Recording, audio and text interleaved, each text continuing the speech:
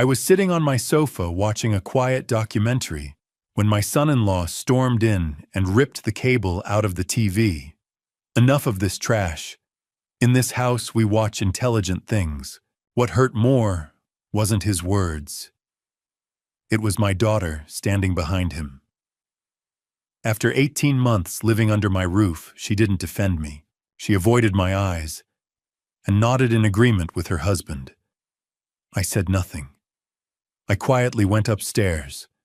That night, I made a decision. The next morning, when they went to work, I called someone to my house, someone who would change everything. When they came back, they screamed and pounded on the door without stopping. Welcome to Family Revenge Stories. Thank you so much for watching this video. Before we continue, let me know in the comments, where are you watching from today? And after you've finished this story, please rate this video on a scale from 1 to 10. Your support truly helps me create even better stories for you. Also, please note this story includes fictional elements added for storytelling and learning purposes. Any resemblance to names or places is coincidental, and the message is meant to offer insight. The black cable hanging from the wall was the end of my patience and the beginning of my reckoning. It was October 2025, a Friday afternoon that felt like any other until it wasn't. I'm Joe Brennan, 67 years old, retired investigative journalist, and according to the deed in my filing cabinet, the sole owner of these 4 walls. Though you wouldn't know it from the way I'd been living. I'd become a ghost in my own home. Seen but not heard. Present but not acknowledged.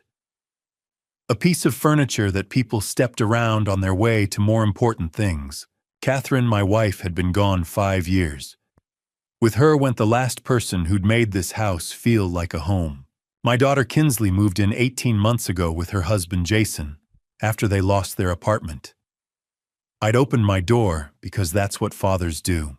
We protect our children even when they're 38 and married to men we don't particularly like. That Friday afternoon, I was settled in my leather recliner, the one Catherine and I bought back in '98, watching a documentary about World War II campaigns in the Pacific. The autumn light slanted through the windows at that perfect golden angle. I was learning about the Battle of Guadalcanal when I heard the footsteps, Jason's footsteps. Heavy, aggressive, announcing his presence before he appeared.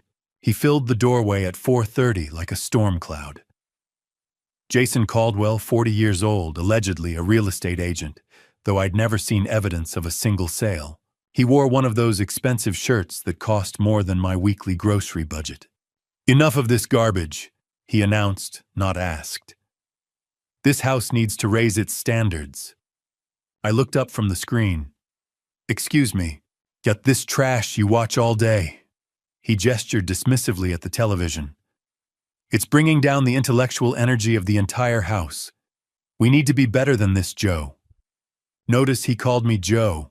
Not Dad, not Mr. Brennan, just Joe, like we were buddies, like he had any right to march into my living room and make demands. It's a documentary about World War II, I said quietly. 42 years of journalism had taught me to keep my voice level when I wanted to shout. Educational programming. It's old men talking about old wars. He crossed the room in 3 strides. We're cultivating a more elevated atmosphere here, more refined. I should have seen it coming. Should have recognized the look in his eyes, that blend of contempt and entitlement I'd seen in dozens of criminals I'd exposed during my career. But this was my home, my sanctuary. Jason reached behind the television and yanked the cable out with one sharp pull. The plastic connector cracked. The screen dissolved into static, then darkness. The documentary narrator's voice, mid-sentence about Marine sacrifices, was cut off as abruptly as if I'd been the one to die. "Whoa there," he said, holding up the severed cable like a trophy. "That's better. Now maybe you can spend your time on something worthwhile instead of rotting your brain." I sat frozen, the remote still in my hand. Useless now. A piece of plastic pointing at a dead screen. "We'll discuss more appropriate entertainment options at dinner," he called over his shoulder, already walking away. Kinsley and I have some ideas about bringing this household into the 21st century. The front door opened at 6:15. Kinsley's car, her footsteps on the porch, tired, careful, like someone who'd spent 12 hours on her feet at the hospital. She was a nurse. A good one. I heard her bag hit the floor, heard her greeting to Jason in the kitchen, heard the low murmur of his voice undoubtedly spinning the cable incident to make himself the hero. She appeared in the doorway 5 minutes later, still in her scrubs. "Hey, Dad." The word felt mechanical. A social obligation rather than connection. "Hi, sweetheart," I replied, and I meant it. Despite everything, she looked at the dark television, at the severed cable on the table, then at me. I waited. Waited for her to ask what happened. Waited for her to defend me. Waited for some sign that the girl I'd raised, the one who'd stood up to bullies in 3rd grade, was still in there. "Dad," she said, disappointment heavy in her voice. "Mom would be ashamed of how you spend your time. Jason's right about the intellectual energy in this house. We all need to do better." She walked away without waiting for a response. Probably went to congratulate her husband on being brave enough to discipline the old man. I sat there as the autumn light faded to dusk. Sat there as streetlights flickered on. Sat there holding that severed cable in my hands, feeling the broken plastic edges dig into my palm. 7 o'clock came and went. The house filled with sounds of Jason and Kinsley making dinner together, laughing at something on their phones, living their life in my home, as if I was already gone. As if I was just another piece of old furniture waiting to be hauled away. I looked at the cable, black, dead, useless in my hands. Then I looked at the walls around me. The walls Catherine and I had painted. The floor we'd refinished. The windows we'd chosen. The life we'd built. That's when I felt it. A shift inside my chest. Like a lock turning. Like something that had been sleeping for 18 months finally waking up. I'd spent 4 decades as an investigative journalist. I'd exposed corrupt politicians, fraudulent corporations, con artists who thought they were smarter than everyone else. I'd built a career on patience documentation and evidence, on knowing when to watch, when to wait, and when to act. For 18 months I'd been watching and waiting. Watching Jason take over my home. Watching Kinsley drift away. Watching myself disappear one small humiliation at a time. The watching was over. I stood slowly, my knees protesting but holding. I walked to my bedroom, the one room they hadn't claimed, and pulled out a yellow legal pad from my desk drawer, the kind I'd used for every investigation I'd ever conducted. At the top of the page I wrote October 18th, 2025, the cable. Below it, I began listing everything I'd noticed, but been too tired, too sad, too passive to act on. The credit card bills with unfamiliar charges, the whispered phone calls, the way Jason's eyes calculated the value of everything in my house when he thought I wasn't looking. I didn't sleep that night. How could I? Every time I closed my eyes, I saw the cable falling, heard Kinsley's voice defending him. By 11 o'clock, I stopped pretending rest was possible. I lay, staring at the ceiling, listening to the house breathe and settle until a thought cut through the fog with brutal clarity: stop being a victim, start being a journalist. The shift felt physical, like flipping a switch that had been untouched for years. Maybe longer. Maybe since Catherine died, and grief softened me, made me passive grateful for scraps of attention from my daughter. Somewhere along the way, I'd traded self-respect for proximity. Tonight that ended. At 11:30, voices drifted through the wall. Jason and Kinsley's bedroom shared it with mine, an arrangement that felt more invasive each day. I couldn't hear words, only the low cadence of his voice and her occasional replies. They were planning something. Probably about me. Probably how to manage the old man now that lines had been drawn. Let them talk. While they planned, I'd move. At midnight, I decided. I slipped from bed, pulled on the flannel robe Catherine gave me our last Christmas, and moved into the hallway in socked feet. The house was dark, except for the thin bar of light beneath their door. I paused, listening. Silence. Either asleep or occupied in ways I refused to imagine. I moved like I hadn't in years, slow and deliberate, rediscovering instincts forged on stakeouts and late-night investigations. Weight balanced, floorboards memorized, patience overriding urgency. Funny how the body remembers. My old study now. Jason's office sat at the end of the hall. The door wasn't locked. Why would it be in Jason's world I was harmless? A pensioner who watched television and complained quietly. Someone you could sideline while absorbing his life. His home, his authority. I turned the handle at 1 a.m. The room no longer smelled like books and polish. It stank of cologne and energy drinks. My desk was buried under fast food wrappers and scattered papers, and there, faintly glowing in sleep mode, sat his laptop. I sat in my chair and touched the trackpad. The screen lit instantly. No password, no hesitation. I almost laughed. For 42 years, I'd been an investigative journalist. I'd exposed corruption, fraud, and men who mistook power for immunity. I'd done it with discipline and evidence. And here sat Jason Caldwell, convinced I was too broken to notice anything. How had I missed it? Grief. Loneliness. Fear of losing my daughter.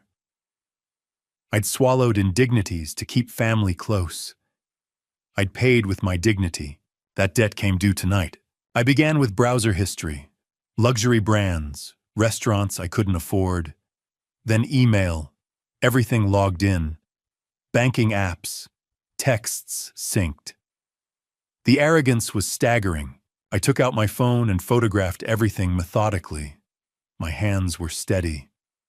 This wasn't anger. It was clarity. Muscle memory.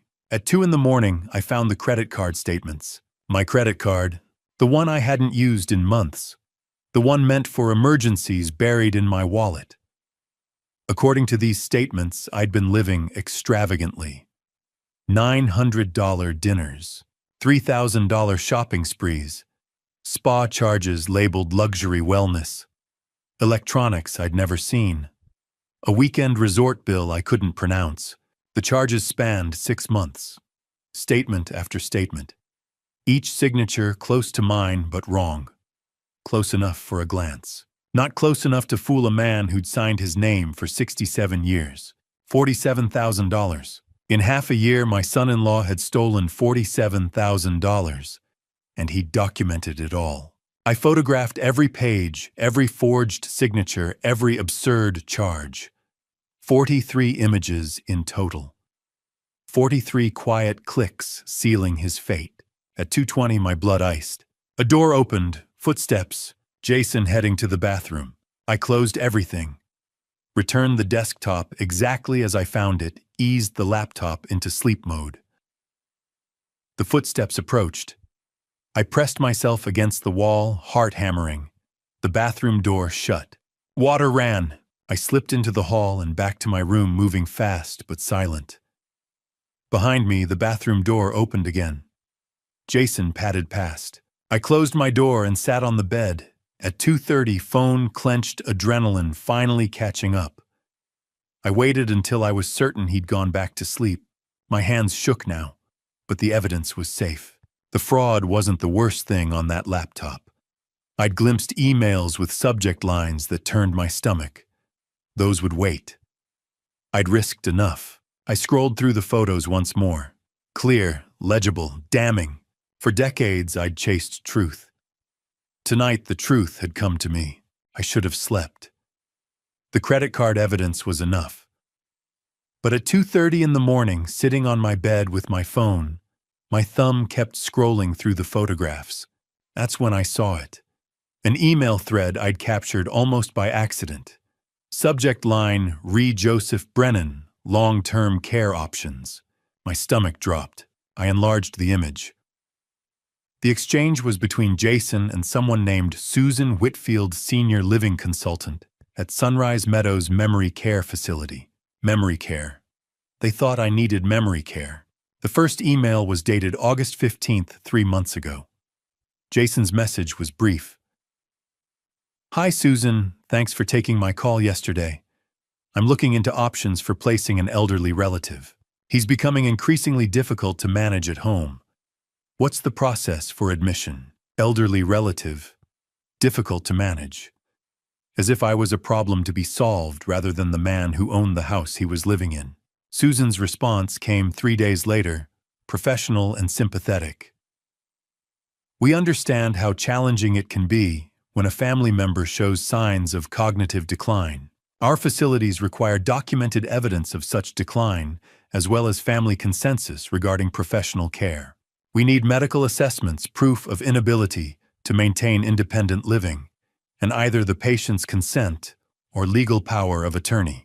I was 67 and sharper than I'd been at 40, but Jason was building a case that I was losing my mind.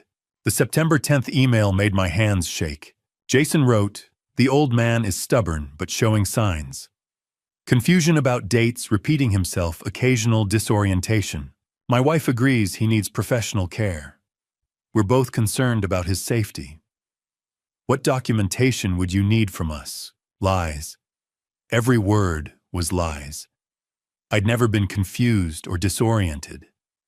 This was pure fabrication to justify warehousing me while he sold my house, and he claimed Kinsley agreed. My daughter, who'd promised at her mother's funeral to always take care of me, had apparently signed off on having me declared incompetent, unless he was lying about that too. Susan's response outlined the roadmap physician's assessment, documenting cognitive decline power of attorney established, while the patient was still competent enough to sign. Then admission paperwork. Jason had been laying groundwork, probably shopping for a doctor willing to diagnose decline in a healthy man, drafting power of attorney documents for me to sign without reading carefully. The final email, dated September 28th, was the most damning. Jason wrote, "Attached is the brochure and preliminary application with his information. Once Joseph is placed in your care and power of attorney transfers, the house can be sold within 90 days. Property value around $800,000. After facility costs are deducted, that should leave a substantial amount for managing his ongoing care. $800,000. My house, the one Catherine and I bought in '83 for $62,000. The house we'd painted together, where we'd raised Kinsley, where we'd built our life. To Jason, it was just an asset to liquidate, and I was just an obstacle to remove." I zoomed in on the attached PDF, an application form for Sunrise Meadows with my full name typed at the top, Joseph Robert Brennan. Date of birth, social security number, all filled in without my knowledge or consent. I looked at Catherine's photo on my nightstand, our 30th anniversary, a year before cancer. She was laughing, eyes bright. "Kate," I whispered, "I wish you were here. You always knew when I was being too soft, too trusting, but she was gone, and I was alone with this mess. I'd let grief and loneliness override my judgment. Let Jason into my home because I couldn't bear separation from Kinsley. I connected my phone to my laptop at 2:45, created a folder, Evidence J. Caldwell, started copying files, phone to hard drive to USB drive, redundancy, multiple backups, every journalist's first lesson. By 3 o'clock, I had 3 complete copies, 47,000 in fraud. A conspiracy to declare me incompetent and institutionalized. A plan to sell my home while I lived out my years in a facility I'd never agreed to. I held the USB drive, smaller than my thumb but containing enough evidence to destroy Jason's life. Elder abuse, financial exploitation, fraud, conspiracy. The cable wasn't just about television. It was about cutting me off from everything. My autonomy, my home, my dignity. Jason had been erasing me piece by piece, preparing to make me disappear entirely. But he'd made one crucial mistake. He'd looked at a 67-year-old widower and seen weakness. Someone to exploit and discard. He'd missed the part where that man had spent 42 years hunting down people exactly like him. People who thought they were smarter than everyone else, and people who thought they could get away with anything. I'd exposed corrupt politicians, fraudulent corporations, con artists. I'd built a career on patience documentation evidence. I'd never lost a story. Never let a guilty person walk free when I had proof. The watching was over. The evidence was gathered. Today, since it was technically Saturday morning, the real work would begin. I tucked the USB drive into my desk drawer, set my phone on the charger, and finally lay back down. This time, exhaustion pulled me under almost immediately. Not the fitful sleep of the past 18 months, but the deep rest of someone who knows exactly what battle they're fighting, and exactly how they're going to win. I woke at 5 in the morning without an alarm. 2 hours of sleep should have left me exhausted, but adrenaline is a hell of a drug. I lay there for maybe 30 seconds, staring at the ceiling, before the weight of what I'd discovered came rushing back. $47,000. A nursing home conspiracy. My own daughter potentially complicit. I got up. My desk was exactly where I'd left it. The USB drive sitting next to Catherine's wedding photo like a talisman. I pulled out a fresh legal pad, the old-fashioned kind, yellow paper and green lines, and uncapped a pen. Some things don't change. Even in the age of laptops and smartphones, I still thought better with pen and paper. At the top of the page, I wrote October 19th, 2025, Battle Plan. Below it, a list: locksmith, lawyer, bank, evidence organization, exit strategy. Each item represented a step toward reclaiming my life. Each one would require precision timing and the kind of strategic thinking I'd honed over 4 decades of investigative journalism. This wasn't just about gathering evidence anymore. This was about deployment, about knowing exactly when and how to use what I'd found. I stared at the list, particularly at lawyer. I needed someone I could trust absolutely. Someone who knew me well enough to believe this story without questioning my competence. Someone who wouldn't look at a 67-year-old man claiming his son-in-law was trying to institutionalize him and wonder if maybe the old guy really was losing it. There was only one name that made sense. At 5:30, I picked up my phone and dialed a number I'd known by heart for 40 years. Charles Norton answered on the 3rd ring, his voice rough with sleep. "This better be good. Do you know what time it is?" "Charles, it's Joe Brennan. I need your help." The irritation vanished from his voice immediately. Charles and I went back to 1985, when we'd both been younger and stupider working together to expose a city councilman taking kickbacks from construction companies. He'd been the legal expert who helped me navigate the complexities of proving corruption. I'd been the journalist who knew how to find the dirt and make it stick. We'd made a hell of a team. Joe, what's wrong? Are you okay? I'm fine, physically anyway. But I need a lawyer, Charles. It's about elder abuse. I paused, let the weight of it settle. And I'm the victim. Silence on the other end. Then, "You're serious." "Completely serious. In my own home." "Jesus, Joe." I heard movement, probably him sitting up in bed. "Tell me what's happening." So I did. Kept it brief, hitting the main points. Jason and Kinsley living with me for 18 months. The cable incident yesterday. My overnight investigation. The credit card fraud, $47,000 over 6 months. The emails about putting me in memory care. The plan to sell my house. Charles listened without interrupting his breathing, the only sound that told me he was still there. When I finished, the silence stretched long enough that I thought the call might have dropped. "Quill, Charles, I'm here. I'm just..." He exhaled hard. "Joe, this is serious. Elder financial abuse, identity theft, conspiracy to commit fraud. If what you're telling me is accurate, if you have the documentation, Jason could face 5 to 10 years in prison." "I have the documentation. Photos of everything.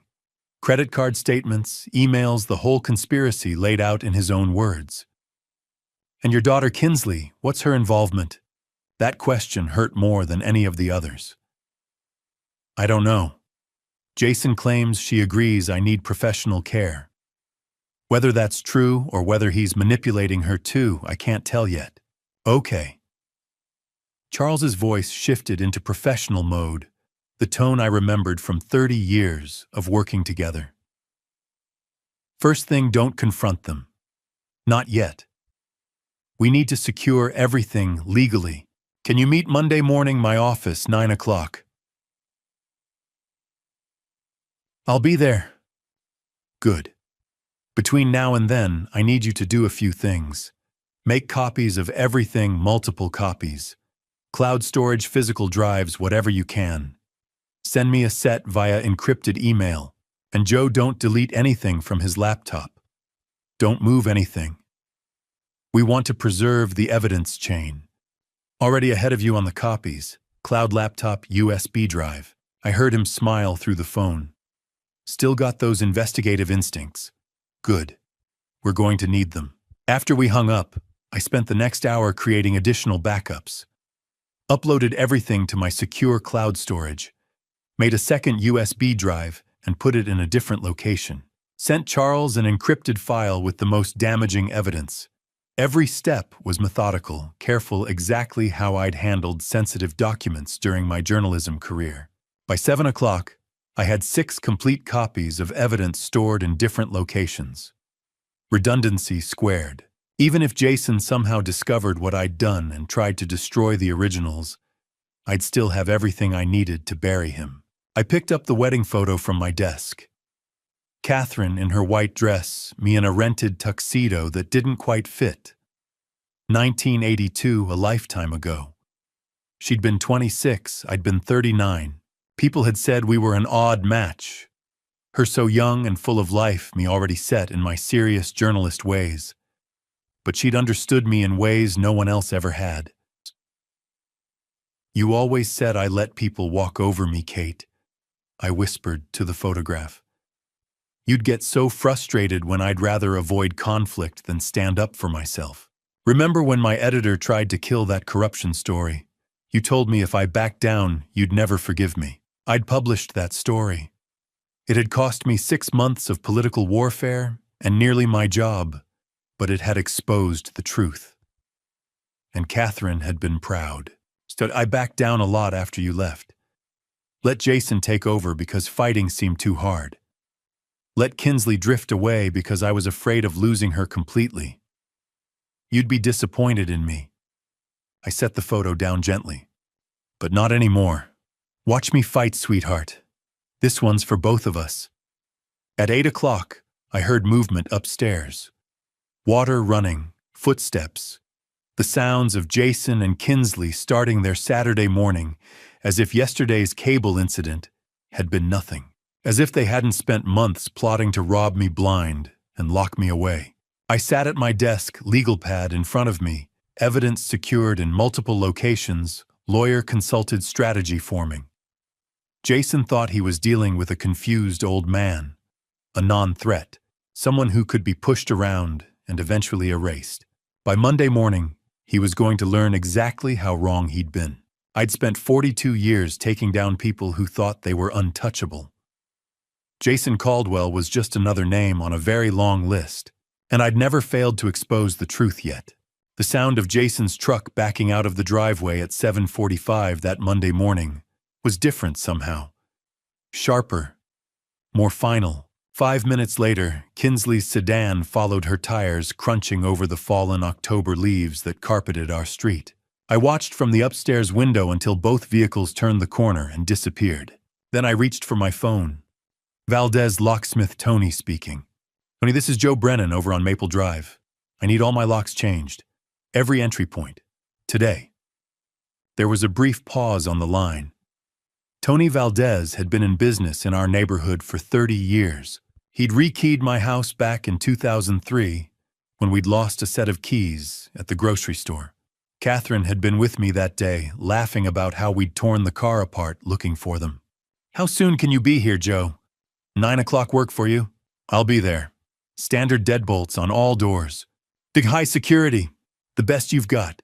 Another pause, shorter this time. Tony was a pro. He knew when not to ask questions. Got it. See you at 9. I hung up and looked at the clock. 1 hour and 15 minutes until the first lock turned. Until the first piece of my home became mine again. I spent that hour moving through the house like a ghost, cataloging everything that would soon be behind new locks. The front door where Jason had stood 2 nights ago with that black cable in his hand. The back door where he'd started parking his truck too close to mine, boxing me in. The garage door, the basement entrance. 4 points of entry. 4 places where they'd come and gone as they pleased, treating my home like it was already theirs. At 8:55, Tony's white van pulled into the driveway. I met him at the door before he could knock. "Morning, Joe." He was carrying 2 heavy toolboxes and had a duffel bag slung over his shoulder. Professional, efficient. "Let's start with the front door, then work our way around, whatever you think is best." He set down his equipment and pulled out a drill. "This won't take long. High-security deadbolts, thumb turn on the inside, keyed on the outside. You'll get 5 sets of keys for each lock. 5 sets." I hadn't thought about that. 5 sets meant control. 5 sets meant I could decide who got in and who stayed out. The drill bit into the old lock at 9:15.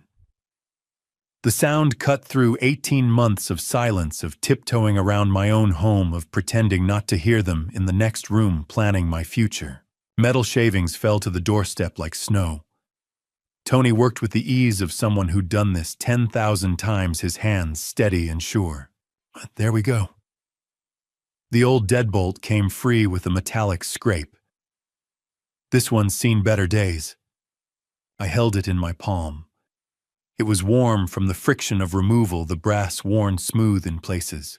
How many times had Jason's key turned this lock? How many times had they walked through my door without knocking, without asking, treating my threshold like it was theirs? "Toss it, please." He dropped it into a bucket with a satisfying clang and reached for the new lock. This one was chrome, heavy, solid. When he installed it and handed me the first key, it felt like holding a piece of my dignity. "Try it." I slid the key into the lock. It turned smooth as butter. Click. The bolt shot home. Click. It retracted. 4 times I tested it, feeling the precision of new mechanisms, the promise of security. Back door next. We moved through the house in silence. The drill sang its metallic song at the back entrance at 9:45. Same process. Old lock out, new lock in. Tony worked with the kind of efficiency that comes from decades of experience, never wasting emotion. Garage at 10:15. Lead the way. By the time we reached the basement door at 10:45, I'd started to feel something I hadn't felt in 18 months. Not quite freedom yet.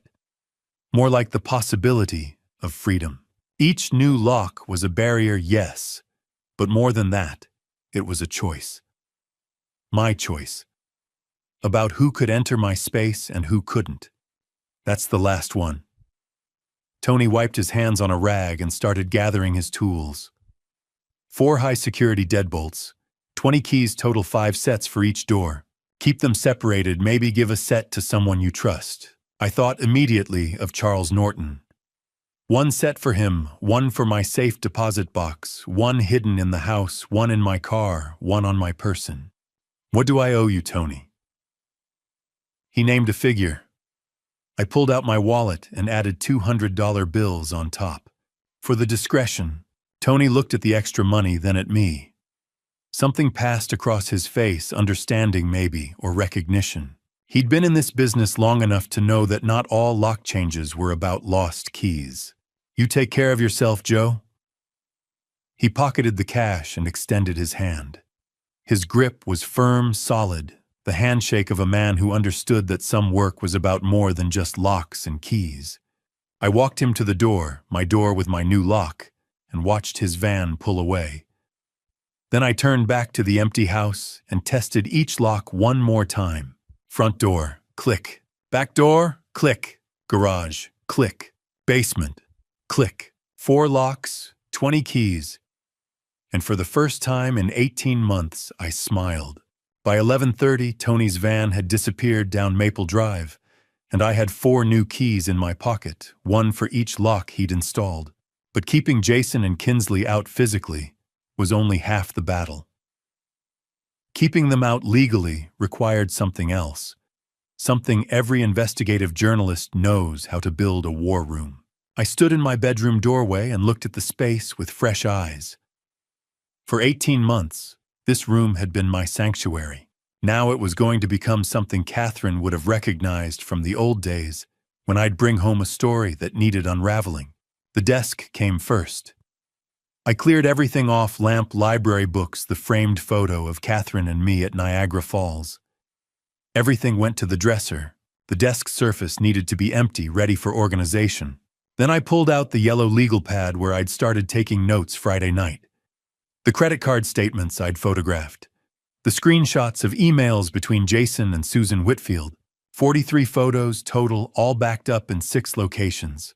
Time to make them tell a story. I'd spent 42 years at the Chicago Tribune making evidence speak. This was no different. Just more personal. I started with the wall above my desk.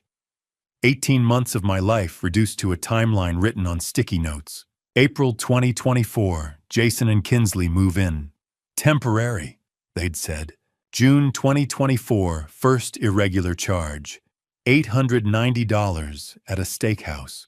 August 2024, Jason starts talking about how I'm wasting money on utilities. October 2024, I catch him going through my mail. He laughs it off. February 2025, the nursing home emails begin. Jason to Susan Whitfield. Looking to arrange care for an elderly relative. September 2025, Susan sends the Sunrise Meadows brochure. Application filled out with my information, my signature forged. October 18th, 2025, Jason cuts the cable. October 21st, 2025.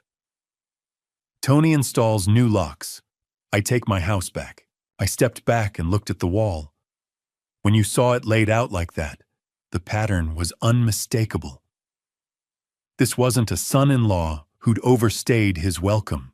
This was a predator who'd been circling from the start. Next came the evidence categories. 3 folders, 3 colors. I'd learned this system covering the city corruption scandal back in 2009. Red folder, financial evidence. Credit card statements showing $47,000 in fraudulent charges. Screenshots of my forged signature compared to my real one. Bank records showing my checking account balance dropping from comfortable to concerning. Blue folder, communication evidence. Every email between Jason and Susan Whitfield. The nursing home brochure. Text messages I'd photographed from Jason's phone last week. Messages to Kinsley about when the old man's out of the picture. Green folder, witness statements. Barbara Peterson next door had seen Jason carry boxes from my basement back in July. Arthur Coleman, 3 doors down, had heard Jason on the phone talking about property values.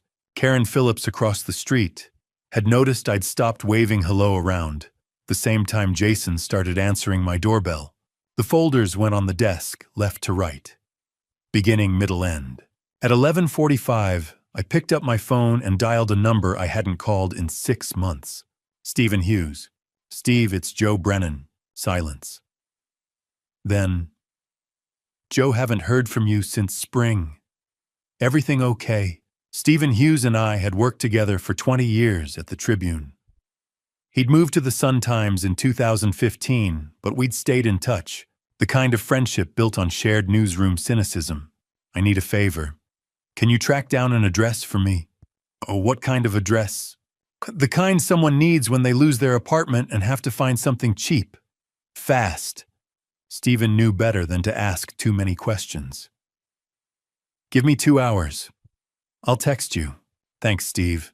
I hung up and went back to the desk. One more piece to complete the war room. The summary. In journalism, we called it the nut graph, the paragraph that explained the whole story. I opened my laptop and started typing. The 5 W's. Who, what, when, where, why. Joseph Brennan, 67, retired investigative journalist, is the sole owner of a residential property valued at approximately $800,000. In April 2024, his daughter Kinsley Brennan and son-in-law Jason Caldwell moved into the residence under pretense of temporary housing. Over 18 months, Jason Caldwell engaged in systematic financial exploitation, including credit card fraud, totaling $47,000, identity theft, and conspiracy to unlawfully commit the victim to a long-term care facility for the purpose of obtaining control of the property through fraudulent power of attorney. 3 sentences. Everything that mattered. By 2 o'clock, the war room was complete. Timeline on the wall. Evidence in folders. Summary report printed. I stood in the middle of my bedroom and felt something I hadn't felt since Friday afternoon. Control, not angry, desperate control. This was colder, more methodical. The control of a man who'd spent his career taking down people who thought they were untouchable. My phone buzzed. Text from Stephen found 3 possibilities. Oak Towers on 4th Street is closest and cheapest. Studio apartments. Month-to-month leases.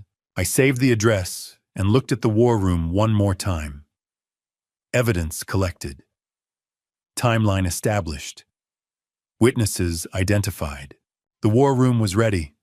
The evidence was sorted. Now came the part every journalist understands: proof means nothing if you don't act. Untouched facts are just paper in a folder. At 2:30, I grabbed my car keys and drove to Community First Bank on Oakwood Avenue. The same branch where Catherine and I opened our first joint account in 1983.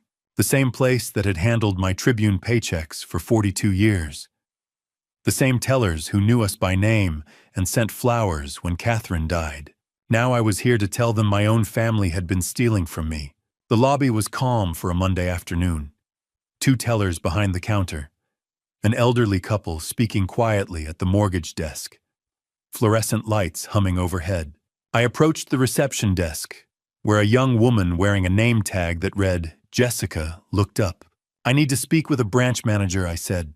"Do you have an appointment, sir?" "No. It's about fraud on my account." "It's urgent." Her expression changed instantly. "Please have a seat. I'll check if Ms. Foster is available." I sat in the waiting area with the red folder resting on my lap. Through the glass walls, I could see Linda Foster inside her office phone pressed to her ear. Mid-50s dark hair, pulled back posture, sharp with decades of banking experience. She glanced up, recognized me, and nodded. 10 minutes later, Jessica led me inside. Mr. Brennan. Linda stood and shook my hand firmly. Jessica mentioned fraud. "Please sit." I placed the red folder between us. "Ms. Foster, I need to report identity theft and credit card fraud. I'm the victim." Her eyebrows lifted slightly. "When did you discover the activity?" "Friday night. But it's been happening for 6 months." I opened the folder. Credit card statements with highlighted charges, signature comparisons, screenshots showing luxury purchases I never made. Linda leaned forward, scanning each page. When she reached the signature comparison, her mouth tightened. "Mr. Brennan," she said quietly, "this totals $47,000. "Yes, and you only discovered this recently." I trusted the wrong person. She looked at me, and I recognized that look the moment when a professional realizes this isn't a minor issue. Who did this? My son-in-law. He intercepted my mail, forged my signature, and used my credit card without permission. She exhaled slowly and reached for her phone. "This qualifies as elder financial abuse. It's a serious crime." "I know. I covered financial crimes for the Chicago Tribune." Something shifted in her expression. Recognition, maybe respect. She dialed an internal number. "This is Linda Foster, Oakwood branch. I need fraud services for identity theft and unauthorized use. Amount approximately $47,000 over 6 months." She listened. "Yes, I'll hold." While waiting, she pulled up my account history. I watched her scroll through transaction after transaction. steakhouses I'd never visited, boutiques I'd never entered, a luxury hotel stay while I'd been home watching documentaries. "Yes, I'm here," she said into the phone. "Account number." She read it aloud. "Freeze all cards immediately. Initiate disputes on all flagged charges. The customer is present with documentation." "Understood." She ended the call and faced me. "Your card is frozen as of now. No purchases can be made. We're also placing enhanced fraud protection on your account. Any transaction over $50 will require voice verification directly from you." "Good. I'll also give you documentation for law enforcement and legal counsel." She glanced at the folder. "Do you have an attorney?" "Charles Norton." Her lips curved slightly. "Charlie Norton, I know him." "You're in good hands." She spent the next 20 minutes generating reports, completing affidavits, and creating a formal trail. Each time I signed my name, my real signature, I felt a measure of control return. "Mr. Brennan," she said carefully, "does your daughter know what her husband has been doing?" The question hit harder than any number on those statements. "I don't know," I said, "but I'm going to find out." She organized the paperwork and handed me a final folder. "This confirms the fraud report, case number, disputed amount, date filed. Keep copies." "I always do." She smiled faintly. "Journalist habit." "Something like that." She walked me to the door. "I'm sorry this happened. No one should have to defend themselves from family." No, I agreed. They shouldn't. I left the bank at 4 o'clock, with the fraud confirmation in hand and $47,000 officially frozen. The October sun slanted low across the parking lot, shadows stretching long. In less than 2 hours, Jason and Kinsley would come home. They'd pull into the driveway like every Monday. Jason would reach for his key, and it wouldn't work. I drove home with the fraud report on the passenger seat, ready for what came next. The house was quiet when I walked through the front door at 4:30. The new lock turned smoothly under my key now not theirs. I set the bank's fraud confirmation letter on the kitchen counter and looked at the clock on the microwave. Jason and Kinsley usually got home between 6 and 6:30. That gave me 2 hours. I climbed the stairs to the bedroom they'd been using. My old home office, the one Catherine had helped me paint a soft gray back in 2012. The door was open. I stood in the doorway for a moment, looking at how they'd rearranged it. Their bed where my desk used to be. Jason's suits hanging in the closet where I'd kept my file cabinets. Kinsley's nursing scrubs draped over the chair. 18 months ago, I'd helped them carry boxes up these stairs. "Just temporary," Kinsley had said, hugging me. "We'll be out of your hair before you know it, Dad." I walked to the closet and pulled out 4 large suitcases. Blue hard-shell Samsonites. I'd bought them for Kinsley last Christmas when she'd mentioned wanting to take a vacation. She'd never used them. The irony wasn't lost on me. I started with Jason's side of the closet. Suits came off hangers and went into the first suitcase. No folding, no care. Just removal. Gray suit, navy suit. The expensive charcoal one he'd worn to some real estate conference in August, probably paid for with my stolen credit card. Shoes went next. Dress shoes, sneakers, the Italian leather loafers that cost $600, according to the statement Linda Foster had shown me. Into the suitcase. All of it. His toiletries from the bathroom. Electric razor, cologne, hair gel. The laptop charger he always left plugged in by the bed. I unplugged it and coiled it loosely, dropping it on top of the suits. The first suitcase filled fast. I zipped it closed and moved to the second one. Kinsley's side of the closet was harder. I reached for a hanger and stopped. The cream-colored cardigan she'd worn last Christmas morning. We'd made pancakes together, me, Jason, Catherine's recipe. Kinsley had laughed at something, and for a moment it had felt like family again. Like maybe having them here wasn't so bad after all.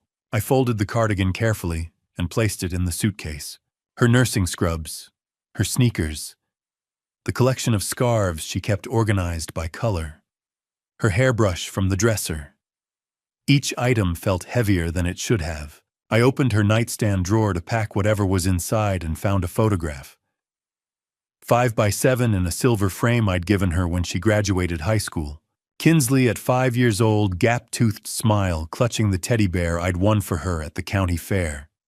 She'd named it Mr. Buttons, slept with it every night until she was 12. I sat down on the edge of the bed, holding the photo. I'd helped her pack for college in 2007, driven her to Northwestern with a trunk full of dreams and new bed sheets, watched her walk into the dorm with that same gap-toothed confidence, ready to become a nurse and help people. 18 years later, I was packing her belongings to put her out of my house. The weight of it settled in my chest. Not anger, something else, something that felt like grief. I loved my daughter more than life itself. I'd have given her anything. I had given her everything. This house, my trust, 18 months of benefit of the doubt. But I couldn't let that love destroy me. Not anymore. I placed the photo face down in the suitcase and kept packing. The second suitcase filled, then the third. By the time I zipped the fourth one closed, my hands were shaking. Not from weakness, from the finality of it. Getting the suitcases downstairs was harder than I'd expected. 67-year-old legs don't handle 4 trips up and down with 50-pound loads the way they used to. But adrenaline is a hell of a drug, and I was running on more than adrenaline. I was running on 42 years of finding truth and 18 months of living with lies. I dragged each suitcase to the front door and lined them up. 4 blue Samsonites standing in a row like soldiers awaiting orders. Everything Jason and Kinsley had brought into this house packed and ready to leave it. The clock in the hallway read 5:28. I walked to the living room and sat in the armchair, the one Catherine had loved, the one that faced the front window. From here, I could see the driveway. I could see when they pulled in, when Jason tried his key and realized it didn't work, when they saw the suitcases. I thought about the war room upstairs, the timeline on the wall, the evidence in folders, the fraud report from the bank in the kitchen, Charles Norton's office tomorrow morning at 9. I thought about the black cable lying in the box of old electronics in the basement, the cable that had changed everything. And I thought about Kinsley, my daughter, the gap-toothed 5-year-old who'd believed I could do anything, the 38-year-old woman who'd stood in this living room 3 nights ago and taken her husband's side while he humiliated me. Did she know? Had she known about the credit cards? The nursing home plan? Or had Jason played her the same way he'd played me? I didn't know. But in less than an hour, I was going to find out. The house settled around me. The refrigerator hummed. The October sun slanted lower through the windows, casting long shadows across the hardwood floors. Catherine and I had refinished together in 1998. I sat in the armchair and watched the driveway, and I waited. The wait ended at exactly 6:07. I heard Jason's truck first, that aggressive rumble he thought made him sound successful. Then Kinsley's sedan, quieter, pulling in right behind. I didn't move from the armchair. I just listened. Car doors. 2 of them. One slam, one soft close. Footsteps on the front walk. The scrape of shoes on the welcome mat Catherine had picked out at Target back in 2016. The mat that said "Home Sweet Home" in careful cursive. Then the sound I'd been waiting for. Metal on metal.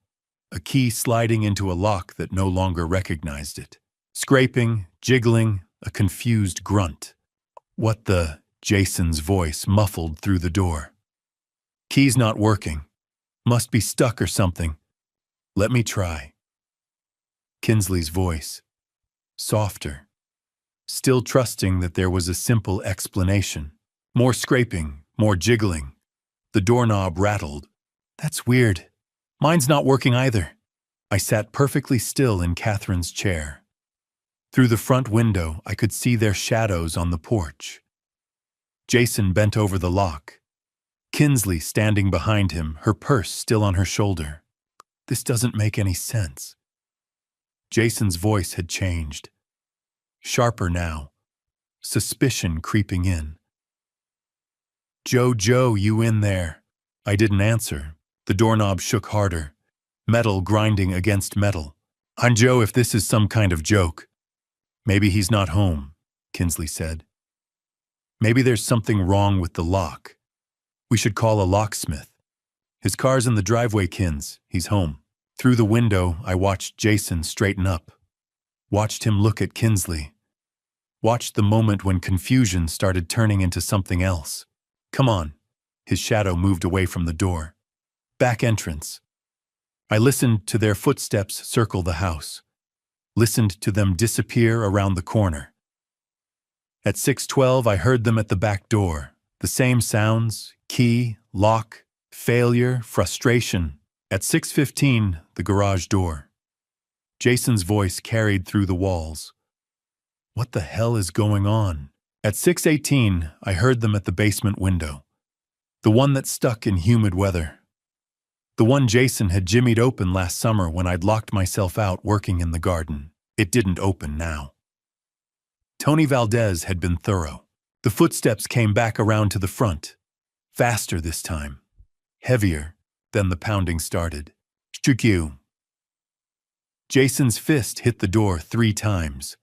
Hard enough to rattle the frame. "I know you're in there, open the door." I stayed seated, kept my breathing steady, kept my eyes on the window where I could see him red-faced. Now Ty loosened one hand, braced against the door frame, while the other hammered. "Jason." Kinsley's voice was worried now. Actually worried. Jason calmed down. "Maybe something's wrong. Maybe Dad's hurt, or something's wrong, all right." Another 3 pounds on the door. "That old bastard changed the locks." Silence. I watched Kinsley's shadow go still. "What?" "The locks, Kinsley. He changed the goddamn locks. That's why our keys don't work." "But why would he do that? How the hell should I know?"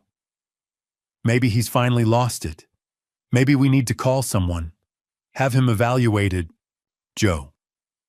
More pounding. The door shook in its frame. "Open this door right now!" Across the street, I saw movement in Barbara Peterson's window. The curtain pulled aside just an inch. Barb's face pale in the evening light, watching. Good. Witnesses mattered. "You can't just lock us out."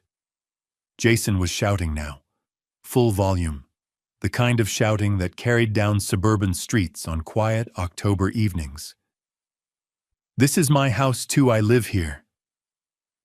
"Jason, please." Kinsley's voice was small, scared. Not of me, I realized. Of him. Of whatever was happening that she didn't understand yet. "Open the goddamn door." The pounding intensified. Both fists now. The kind of noise that would have the neighbors calling the police if I let it go on much longer. I looked at the clock on the mantel. 6:19. 12 minutes since they'd arrived. 12 minutes of escalation. Of Jason revealing exactly who he was when things didn't go his way. I stood up slowly. My knees protested too much time, sitting, too much adrenaline wearing off. I walked past the 4 blue suitcases lined up like soldiers. Past the kitchen, where the fraud report still sat on the counter. Into the front hallway, where the pounding was loud enough to hurt my ears. Through the peephole I could see Jason, face red, veins in his neck standing out. Fist raised for another round of hammering. Behind him, Kinsley, hands pressed to her mouth. Eyes wide. My daughter, 38 years old, and looking like she had at 5, scared, confused, needing someone to explain what was happening. I unlocked the deadbolt. The new one. The one that had cost me $240 and Tony Valdez's discretion. Then I opened the door. I opened the door exactly 6 inches. Just enough for them to see my face, not enough to step inside. The security chain stretched tight between us, a visible boundary they had crossed and could not undo. Jason's eyes dropped to the chain, then snapped back to me. Shock flickered into confusion, then hardened into rage. "Can I help you?" My voice was calm, steady. The voice I used in interview rooms when I needed someone to talk themselves into the truth. "Help us." Jason's face flushed red. What did you do to the locks? What the hell is wrong with you? This is my house. Actually, Jason, you may want to check the deed. This is my house, my name. Mortgage paid off in 2008. You were a guest. Past tense. Dad, Kinsley's voice cracked. Dad, what's going on? Why can't we get in? I looked at my daughter through that narrow opening. Her mascara was slightly smudged, her eyes tired and frightened. She looked 38 years old and suddenly very young, because I said. I know about the credit card. $47,000 stolen from me. I know about the nursing home plan. I know everything. The words settled heavily between us. Jason shoved the door. The chain held. You're insane, he shouted. You're senile. You don't know what you're talking about. I reached behind me and picked up the credit card statement I'd printed at the bank. I held it to the gap. Forged signature. The fraud department confirmed it. Would you like to see the report? Kinsley, Jason said quickly, softening his tone. Don't listen to him. He's confused. He's old. He's connecting things that aren't real. I was a journalist for 42 years, I said. I know how to document evidence. I know how to build a case. I raised the printed emails. I have your correspondence with Sunrise Meadows, applications with my information already filled in, a timeline for selling my house once you had me committed. Kinsley's face drained of color. She turned slowly toward her husband. Dad? Her voice trembled. Is this true? Of course it's not. Jason snapped, gripping her arm. Not violently, not yet, but possessively. He's paranoid. This is exactly why we were trying to get him help. Then explain this, I said, sliding one email through the gap. It fluttered onto the porch. Kinsley picked it up. Her eyes moved across the page. Her breathing changed. Jason, she said quietly, this is your email. This is real. Kinsley, let me explain. You were going to put my father in a nursing home. Her voice rose. You were going to sell his house without telling me. It wasn't like that. Then what was it like? Jason turned back to me. The mask cracked completely. This is your fault, he hissed. You're stubborn. You can't live alone. You need care. We were trying to help you by stealing $47,000. That money was going to be ours anyway. When you died, when the house sold, we were just speeding things up. Silence fell. Kinsley stared at him. What did you just say? Jason froze. He knew what he'd done. The truth was out raw and irreversible. You don't understand, he said desperately. This house is worth $800,000. $800,000. And it's wasted on one old man. He lunged. The chain caught him. The door frame rattled. I stepped back but held my ground. I suggest you step away, I said calmly. Barbara Peterson across the street is watching, and assault is a crime. Jason backed off, chest heaving. His hands shook with restrained fury. He pulled out his phone. Fine. I'm calling the police, reporting elder abuse. You're not competent. Please do, I said. I have the fraud report, the forged signatures, the emails, and a meeting with my attorney tomorrow morning. Charles Norton. His finger hovered over the screen. You're bluffing. I spent 42 years calling bluffs, Jason. I don't bluff. Behind him, Kinsley had collapsed onto the porch steps, the email clutched in her hands. Her shoulders shook. Kinsley, I said gently. Did you know about the card, about the nursing home? She looked up at me through the gap eyes, red and wet. No, she whispered. I swear I didn't know. I believed her. Jason lowered the phone. You can't do this, he said. We have rights. You don't, I replied. You're not on the deed. Your belongings are packed. 4 suitcases. You can collect them now. Where are we supposed to go? I don't know, I said. But you should have thought about that earlier. Jason stared at me, hatred naked in his eyes. This isn't over. Yes, I said softly, it is. I closed the door, turned the deadbolt, heard it lock, and through the wood and steel I heard my daughter begin to cry. Red and blue lights washed across the front of my house at 6:45. 2 police cruisers pulling up to the curb with that deliberate slowness that says we're here, everyone pay attention. I watched through the living room window as the lights painted the October evening in strobing colors. Across the street, Barbara Peterson's front door opened. 2 houses down, Karen Phillips stepped onto her porch. Arthur Coleman appeared at his mailbox, not bothering to pretend he wasn't staring. The cavalry Jason had called. Or maybe the witnesses I needed. 2 officers emerged from the cruisers. The first was mid-40s, solid build, the kind of presence that came from 20 years on the job. His nameplate read, Reynolds. The second was younger, early 30s, maybe following Reynolds's lead. Davis. Jason met them halfway up the walk, his voice carrying in the evening quiet. Officers, thank God you're here. He pointed at the house. At me, still visible through the window. My father-in-law, he's having some kind of episode. He's locked us out of the house.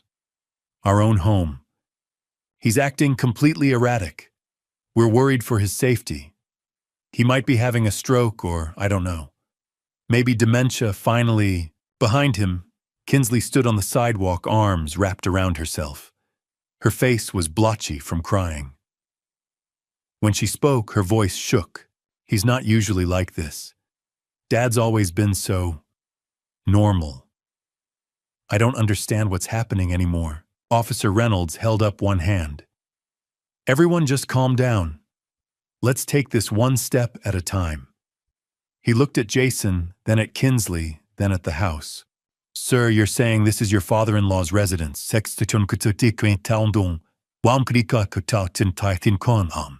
Yes, but we've been living here for 18 months. We're family. We have rights. And is he the homeowner, legal owner? Jason hesitated. Just a fraction of a second. Well, yes, technically, but then let's start there. Reynolds walked up to the front door, knocked, professional, firm. Sir, police, can you come to the door, please?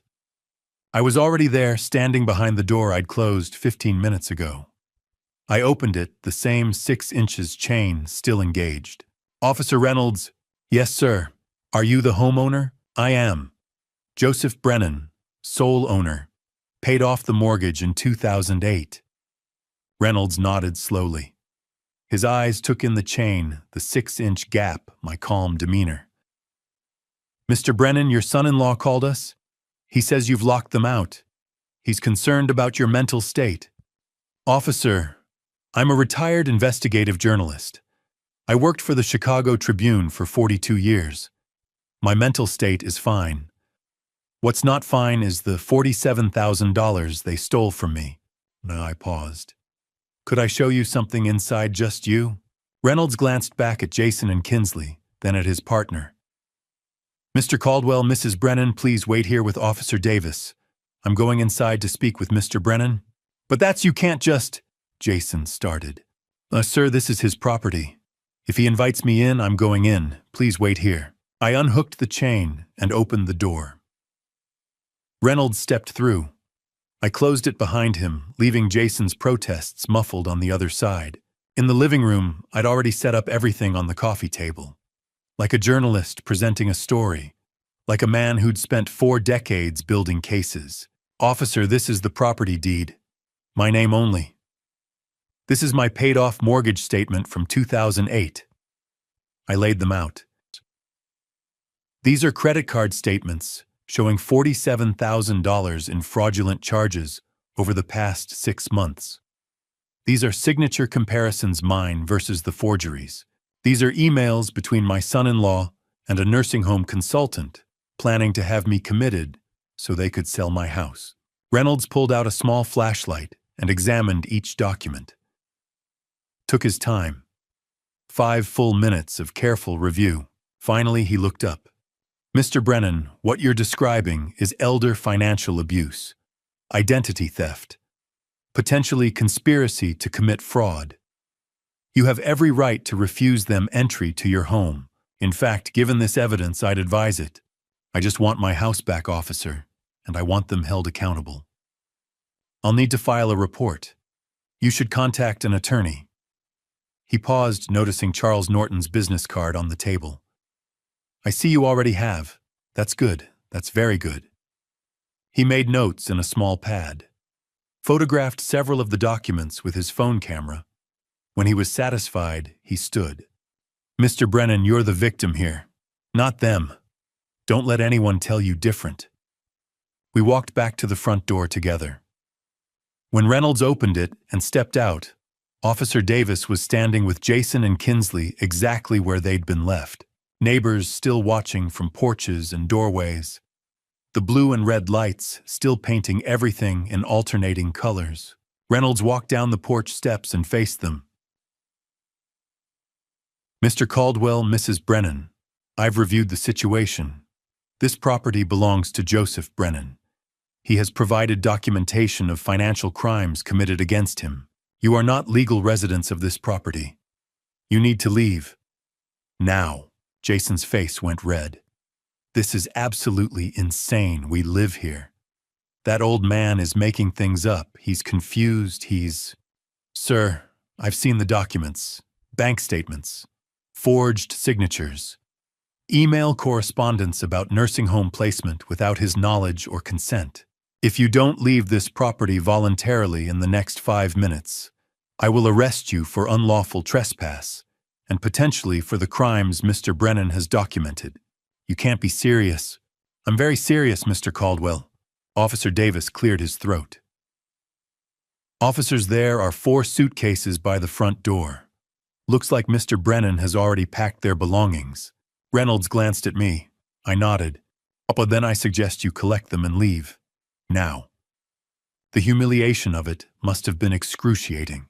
Jason Caldwell, who'd walked these streets for 18 months like he owned them now, forced to carry suitcases to his truck under the eyes of Barbara Peterson, Karen Phillips, Arthur Coleman, and half the block. He grabbed 2 suitcases.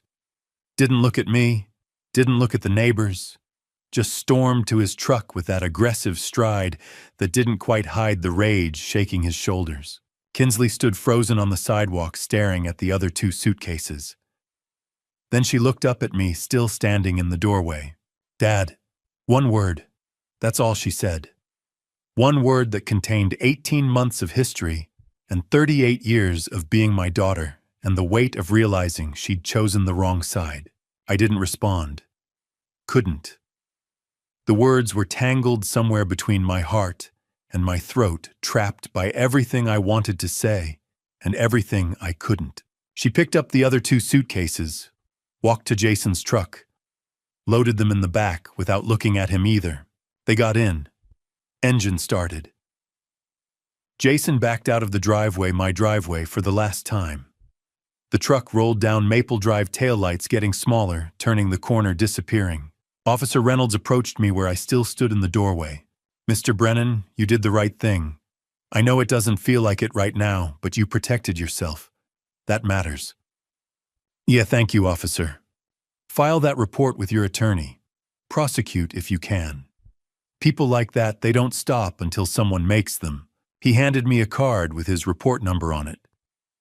Then he and Officer Davis got back in their cruisers and drove away, taking the blue and red lights with them. The street went dark again. Normal suburban October evening dark. Slowly, the neighbors went back inside.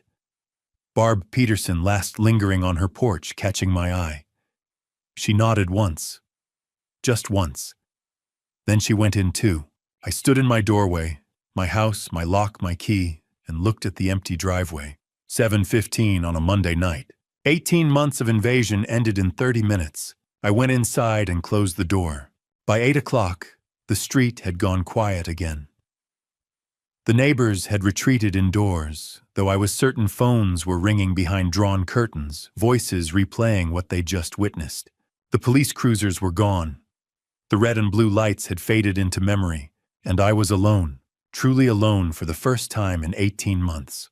I closed the door, my lock, my house, and leaned back against it. I stood there with my eyes closed, drawing in a slow, careful breath, the kind I hadn't been able to take since April of 2024. The silence felt different.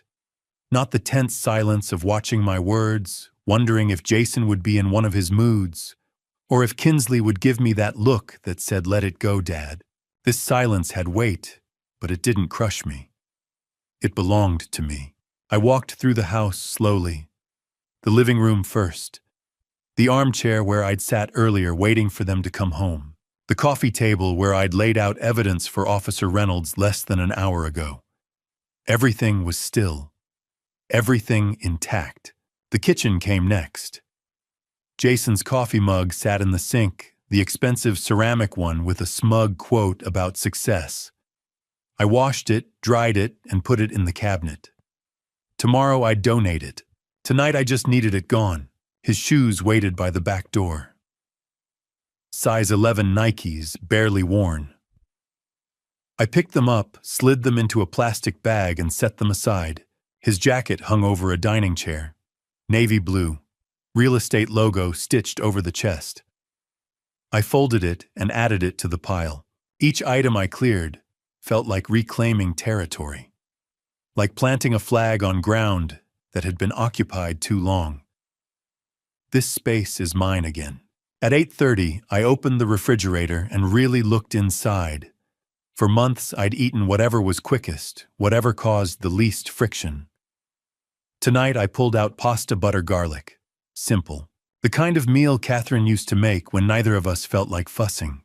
I boiled water, minced garlic, melted butter in a pan. The smell filled the kitchen, warm and familiar, and for the first time since they'd moved in, the house smelled like my cooking. I sat at the dining table instead of standing at the counter. No television, no conversation. Just the sound of my fork against the plate and the steady hum of the refrigerator. Peaceful, that was the word. But peace invites memory. I thought about Kinsley, about the way she'd looked at me on the sidewalk when she said, "Dad." One word carrying 18 months of confusion and 38 years of being my daughter. Did she know about the nursing home plan, about the credit cards? Or had she been fooled too, manipulated by a man skilled at control? The doubt crept in quietly. What if she truly didn't know? What if I'd destroyed my relationship with my daughter over something done without her consent? Then I remembered she'd defended him every time. When he took over my mail, when he spoke to me like a child, when he made me feel like a guest in my own home. She'd told me I was overreacting, that I was sensitive, that he meant well. She had chosen him, repeatedly. At 9, I called Charles Norton. He answered quickly. "Joe, I was waiting to hear from you. The police came. Officer Reynolds reviewed everything, told them to leave. They're gone." "That's good," he said. "How are you holding up?" "I don't know yet. That's honest. Listen, you did everything right. But you need to prepare yourself. Jason won't accept this quietly. I know. Stay in your house, but be careful. Lock your doors. Call me if anything happens." "I will. We'll meet tomorrow at 9. We'll start the legal process. Restraining order, civil suit, possibly criminal charges. See you then." After I hung up, the house felt larger, quieter. The old clock Catherine bought in 1994 ticked steadily on the mantel. At 10, I turned on the news. Watched stories that had nothing to do with me. Tried not to imagine where Kinsley and Jason were sleeping. My eyes drifted to a photograph on the side table. Catherine, 45, smiling in our backyard. 2002. Healthy. Happy. Did I do the right thing? I asked the empty room. Did I choose survival over our daughter's happiness? The photo didn't answer. Memory did. Catherine in the hospital, October 2020. Frail but sharp-eyed. She'd squeezed my hand and made me promise. "Take care of Kinsley," she whispered. "I will." "But Joe," she'd said, tightening her grip. Promise you'll take care of yourself too. Don't let anyone make you small, I'd promised. 3 days later, she was gone. 5 years later, I'd finally kept both promises. At 11, I went upstairs. Brushed my teeth in a bathroom free of Jason's cologne. Slid into my bed, and pulled the covers close. The house creaked in familiar places. The October wind brushed the windows. Tomorrow would bring lawyers, judgment, and consequences. But tonight I was just tired. 3 days passed in a strange kind of limbo. On Tuesday, I met Charles at his office and signed paperwork. Restraining order petition, fraud declarations, civil suit preparation. My signature, my real signature, went on document after document, while Charles explained timelines in that calm attorney voice that made everything sound survivable. On Wednesday, I called a glazier to replace the front window, the one where the cable had hung. I told him I'd broken it while moving furniture, a small lie, but easier than explaining I needed to erase the reminder. I called Kinsley twice that day, both times voicemail. I didn't leave messages. I had no words that wouldn't sound like accusations or apologies for surviving. By Thursday morning, worry had teeth. It gnawed through breakfast, through my second cup of coffee, through the news I wasn't really watching. So I did what I'd done for 42 years. I investigated. At 9, I called Stephen Hughes. Joe was hoping you'd call. I got what you asked for. That was fast. Old habits. Papers rustled. There's a place called Oak Towers on the east side. Studios weekly rent, no questions. If someone needed somewhere cheap and immediate, that's where they'd go. Address. A pause. Joe. Are you tracking someone? My daughter, I said. And I know how that sounds. Christ. More rustling. 1247 Oak Street. Apartment 3B. Lease signed Monday night. Name on it is Jason Caldwell. Not Kinsley, just him. Joe, what's going on? Soon. And Steve, thank you. Be careful. I hung up and stared at the address on my yellow pad. My daughter was living somewhere that rented by the week. By 2, I was parked across from Oak Towers. 4 stories of faded brick, rusted fire escapes, bars on windows, graffiti on the entrance, a liquor store on one corner, check cashing on the other. This was where Kinsley slept after 12-hour nursing shifts. Because I'd thrown her out, or because Jason had stolen $47,000 and destroyed their life. The distinction mattered. I watched for an hour. A woman with 2 kids struggling with groceries, an old man smoking, a teenager who looked hollow-eyed and lost. At 3, the door opened and Jason walked out. Even from across the street, I could tell he was drunk. Middle of the afternoon, swaying, fumbling with his keys. He dropped them, laughed, picked them up, finally got into his truck. Part of me wanted to follow him, document the behavior, build another file. But this wasn't journalism anymore. This was obsession. I watched his truck pull away, weaving slightly. Then I drove the opposite direction. At 4, I stopped at Barbara Peterson's house. She answered, wearing gardening gloves. Joe, you holding up? I am. I need a favor. I handed her a card with my number. If Kinsley comes by looking for me, give her this. Tell her I'm always here if she needs me. Exactly that. Barbara's expression softened. We all saw what happened Monday. The police. Everything. You did the right thing. Did I? Joe, we've lived here 30 years. We know who you are. Don't doubt yourself now. I nodded and left before I said something I couldn't take back. At 6, Charles called while I made dinner I wasn't hungry for. Restraining order hearing is next Thursday. Police officially opened the fraud investigation. Civil suit will be filed early November. That's good. One more thing. I tried reaching your daughter. She hasn't responded. She's not answering me either. How are you handling that? I'm giving her space. She needs to see who Jason really is on her own. And if she doesn't, then I accept I protected myself and told the truth. The rest is her choice. Charles was quiet. That's healthy, Joe. But it still hurts.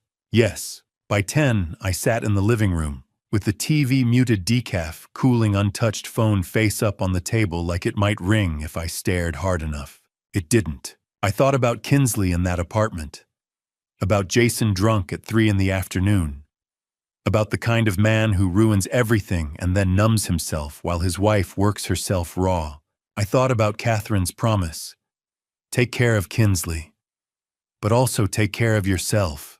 Was I doing that, letting her live in Oak Towers while I worried in my paid-off house? Or was this the only thing left, letting her see the truth without me forcing it?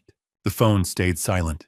Outside, the October wind rattled the newly repaired window, and I waited, still waiting for my daughter to come home. Friday passed quietly, too quietly. I went to bed around midnight, exhausted from another day of waiting for phone calls that didn't come, but I couldn't shake the feeling that something was coming, that the stillness was temporary, that men like Jason Caldwell don't accept defeat, they marinate in it until it turns to rage. At 2:14 in the morning, I learned I was right. Quick note. What follows contains some fictionalized elements added for educational purposes, but the lessons I'm sharing remain meaningful. The sound of breaking glass tore through my sleep like an alarm I couldn't turn off. Not a crack, not a tap. A full-volume crash that said something heavy had just gone through something expensive. I was up before my brain fully processed what was happening. Heart slamming in my chest, phone already in my hand. 42 years of journalism had trained me to grab documentation. First, ask questions. Second, another crash. Living room window. I ran to the upstairs window that overlooked the front yard and looked down. Jason Caldwell stood in my driveway, illuminated by the streetlight, holding a baseball bat, like it was the only thing keeping him upright. His truck was parked crooked at the curb driver's door, still hanging open. Even from the second floor, I could see the way he swayed. Drunk didn't begin to cover it. This is my house. His voice carried through the October night, loud enough to wake the whole street. Slurred, furious. You stole it from me, old man, you stole everything. He swung the bat. My mailbox, the one Catherine and I had installed in 1997, exploded into splinters. I unlocked my phone and started recording. Timestamp 2:16 a.m. Jason staggered toward the flower pots on the porch. The ceramic ones we'd bought at the farmer's market last spring. The bat connected. Terracotta shards and dirt sprayed across the walkway. Then he pulled something from his jacket pocket. A spray paint can. In the streetlight's glow, I watched him shake it and approach the garage door. He painted. I couldn't make out all the words from where I stood, but I didn't need to. The letters were big enough, crude enough, that their meaning was clear even in the dark. I called 911. 911, what's your emergency? Someone is vandalizing my property. I'm at 42 Maple Drive. The suspect is Jason Caldwell. He's drunk and armed with a baseball bat. Are you in immediate danger, sir? I'm inside with all doors locked. He's outside destroying my mailbox and spray painting my garage. Officers are on their way. Stay inside, stay on the line. Across the street, Karen Phillips's bedroom light snapped on. I saw her silhouette in the window phone to her ear. Good. Multiple witnesses. Multiple calls. The more documentation, the better. Jason had moved on from the spray paint. He'd found something else in his truck, a crowbar. At 2:20, he was at my front door trying to jam the crowbar into the gap between door and frame. The new deadbolt held.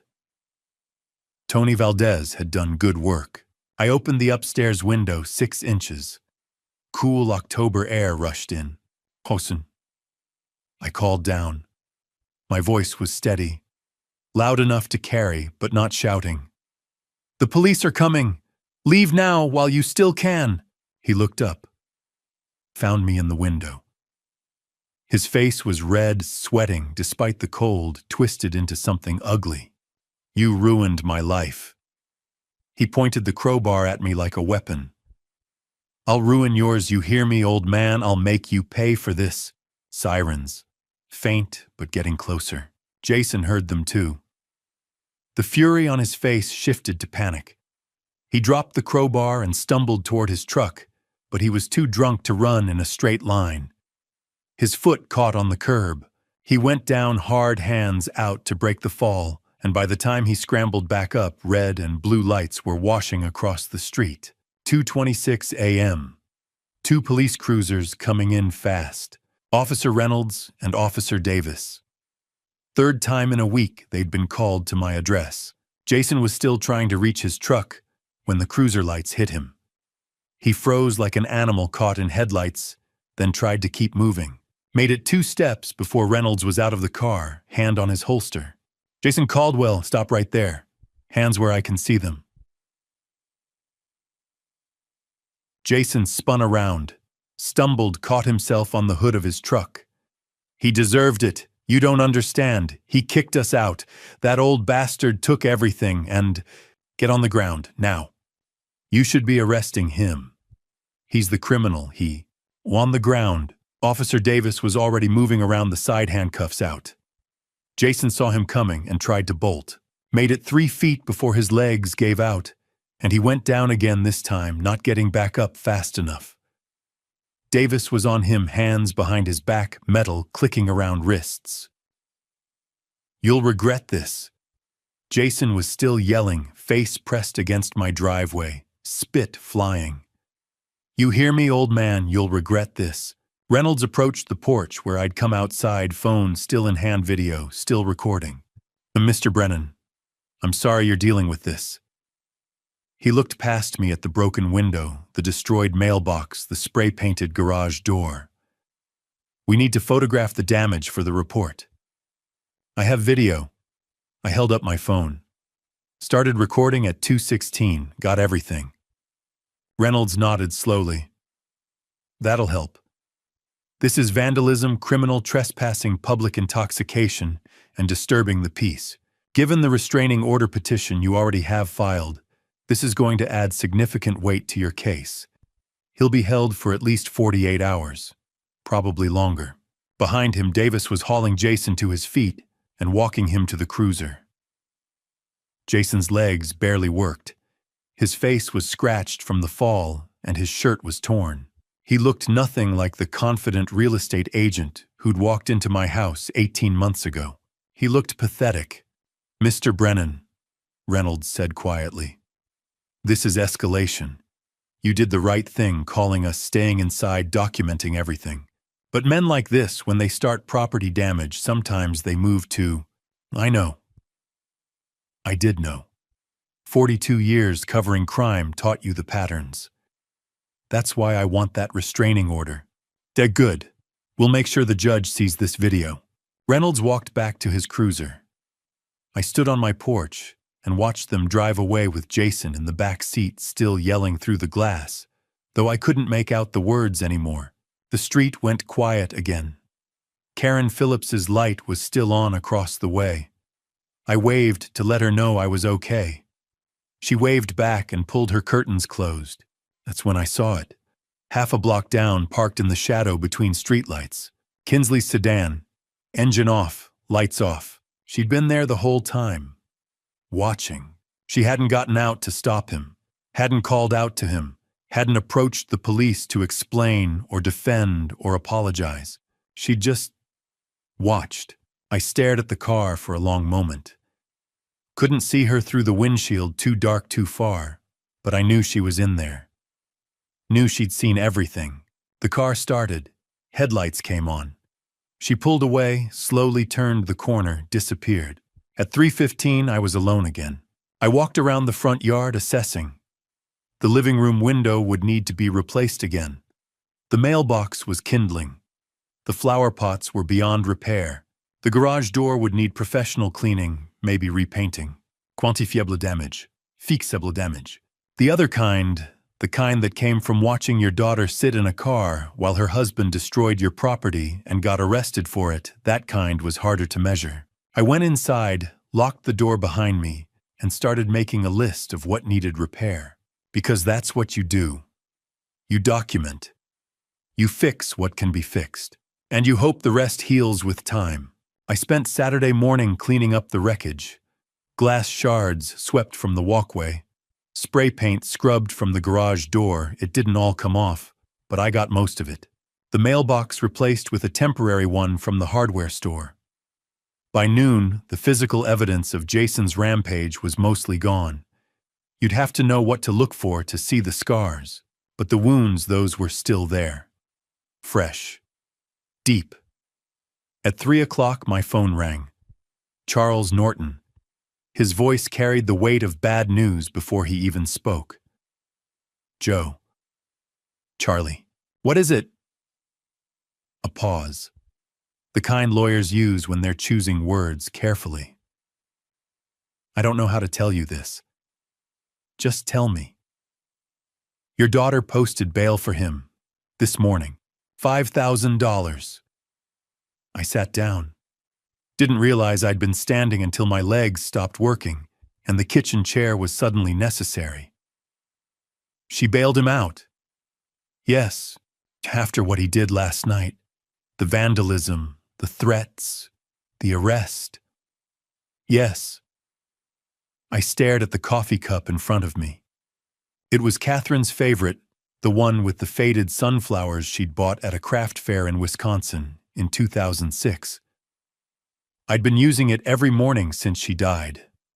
Couldn't explain why, just felt right. Joe, I tried calling her. Wanted to warn her about the protective order we're filing about the charges he's facing. She didn't answer. She wouldn't. I'm sorry. Don't be. I picked up the coffee cup, set it down. That's her choice. I can't save someone who doesn't want to be saved. That's very mature of you. Mature. I almost laughed. Charlie, I'm 67 years old, and I just watched my daughter bail out the man who vandalized my house 12 hours ago. I don't feel mature. I feel like I'm losing her. You might be. For now. But Joe, people come back. Sometimes it takes hitting bottom. Sometimes it takes seeing things clearly. Give her time. How much time does she have before he hurts her instead of my mailbox? Charles didn't answer that. Couldn't. We both knew there was no good answer. After I hung up, I sat at the kitchen table for 20 minutes. Just sat, staring at Catherine's coffee cup and thinking about the $5,000 Kinsley had somehow scraped together to free the man who'd gotten them kicked out of their home. $5,000, when they were living in a weekly rental at Oak Towers, when she was working 12-hour nursing shifts and he was day drinking at 3 in the afternoon. She'd chosen him. Again. At 3:30, I picked up my phone and did something I'd been avoiding since Monday night. I called my daughter. It rang 4 times. Long enough that I started composing a voicemail in my head. Then she answered. What do you want? Her voice was cold, defensive, nothing like the voice that used to call me at work just to say hi, that used to laugh at my bad jokes, that used to ask me to help her study for nursing school exams. Kinsley, I want you to be safe. I want you to leave him and come home. Home. She laughed, sharp, bitter. You kicked me out, Dad. You threw our stuff on the porch and humiliated us in front of the entire neighborhood. I kicked him out. You chose to go with him. He's my husband. He stole $47,000 from me. He planned to put me in a nursing home to sell my house. He vandalized my property at 2 in the morning drunk with a baseball bat. Kinsley, he's dangerous. He made mistakes. Everyone makes mistakes. Everyone deserves a second chance. I closed my eyes, heard the script, recognized every word of it from 42 years of interviewing victims who defended their abusers. Sweetheart, this isn't about second chances. This is about a pattern of behavior. Last night he was drunk and upset. Her voice rose. You ruined his life, Dad. You took everything from him. What did you expect? I expected him not to destroy my property. I expected you to see who he really is. You don't understand him like I do." She was crying now. I could hear it even though she was trying to hide it. "He's just under pressure. The lawsuit, the money problems, all of it, you caused this. You started this. The money problems he created by forging my signature on credit cards, by stealing from me for 6 months." Silence. "Then that's complicated. You don't understand." "Then help me understand.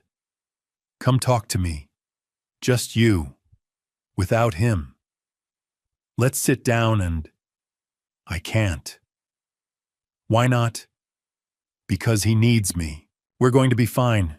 We just need time to figure things out. Please, Dad. Please just leave us alone." "Kinsley, I have to go." "Wait." Click. She hung up. I sat there holding the phone, staring at the screen where her name was still displayed. Kinsley. The gap-toothed 5-year-old who'd believed I could fix anything. The 38-year-old woman who'd just bailed out a man who'd threatened to ruin my life. He's just under pressure. That's complicated. You caused this. He needs me. Every sentence a red flag. Every justification a warning sign. She was protecting him, defending him, taking responsibility for his crimes and his rage and his destruction. She was protecting her abuser, and there was nothing I could do about it. I'd spent 42 years as a journalist, learning how to find truth, how to document evidence, how to build cases that exposed corruption and held people accountable. I'd taken down politicians and business executives and criminals who thought they were untouchable. But I couldn't save my own daughter from a man who was destroying her life one choice at a time, because she didn't want to be saved. She wanted to save him. I set the phone down on the kitchen table next to Catherine's coffee cup. Outside, the October afternoon was fading into evening. The street was quiet. Normal. Families coming home from Saturday activities. Karen Phillips watering her lawn. Arthur Coleman walking his dog. My life looked normal from the outside, too. House repaired. Damage cleaned up. Legal process moving forward. But inside, I was watching my daughter choose the man who'd vandalized my home over the father who'd raised her. Choose loyalty to someone who'd commit fraud over truth.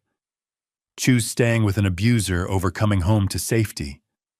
And the worst part was understanding why. Because she loved him.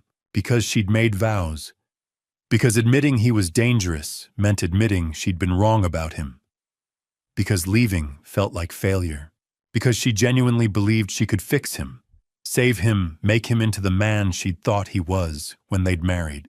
All the reasons that keep people trapped in situations that are slowly destroying them. I understood them. I'd interviewed hundreds of people who'd said the same things, made the same choices, defended the same indefensible behavior. Understanding didn't make it hurt less. At 4 o'clock, I stood up from the kitchen table and went to the living room. Sat in Catherine's armchair. The one I'd sat in on Monday night watching Jason and Kinsley arrive home to find their keys didn't work. 4 days ago. Felt like 4 years. My phone sat silent on the coffee table. No callback from Kinsley. No apology. No, "You're right, Dad, I'll leave him." Just silence. And me sitting in an empty house knowing I'd done everything right and lost my daughter anyway. You can't force someone to see the truth. You can present evidence. You can document facts. You can offer safety and support and unconditional love. But you can't make them choose it. That's their decision. Tuesday night. 3 days since Kinsley had hung up on me. 3 days of silence that felt like 3 years.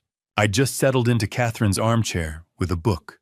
Something about World War II, ironically fitting for the war I was losing with my own family, when my phone lit up at 9:07. Kinsley, mobile. My heart stopped before my hand could reach the phone. "Kinsley, Dad." Her voice was barely a whisper, shaking, terrified. "Help me, please." I was on my feet before she finished the sentence. The book hit the floor. Where are you? Stay on the line. I'm coming right now." In the background, I heard it. A voice. Male. Angry.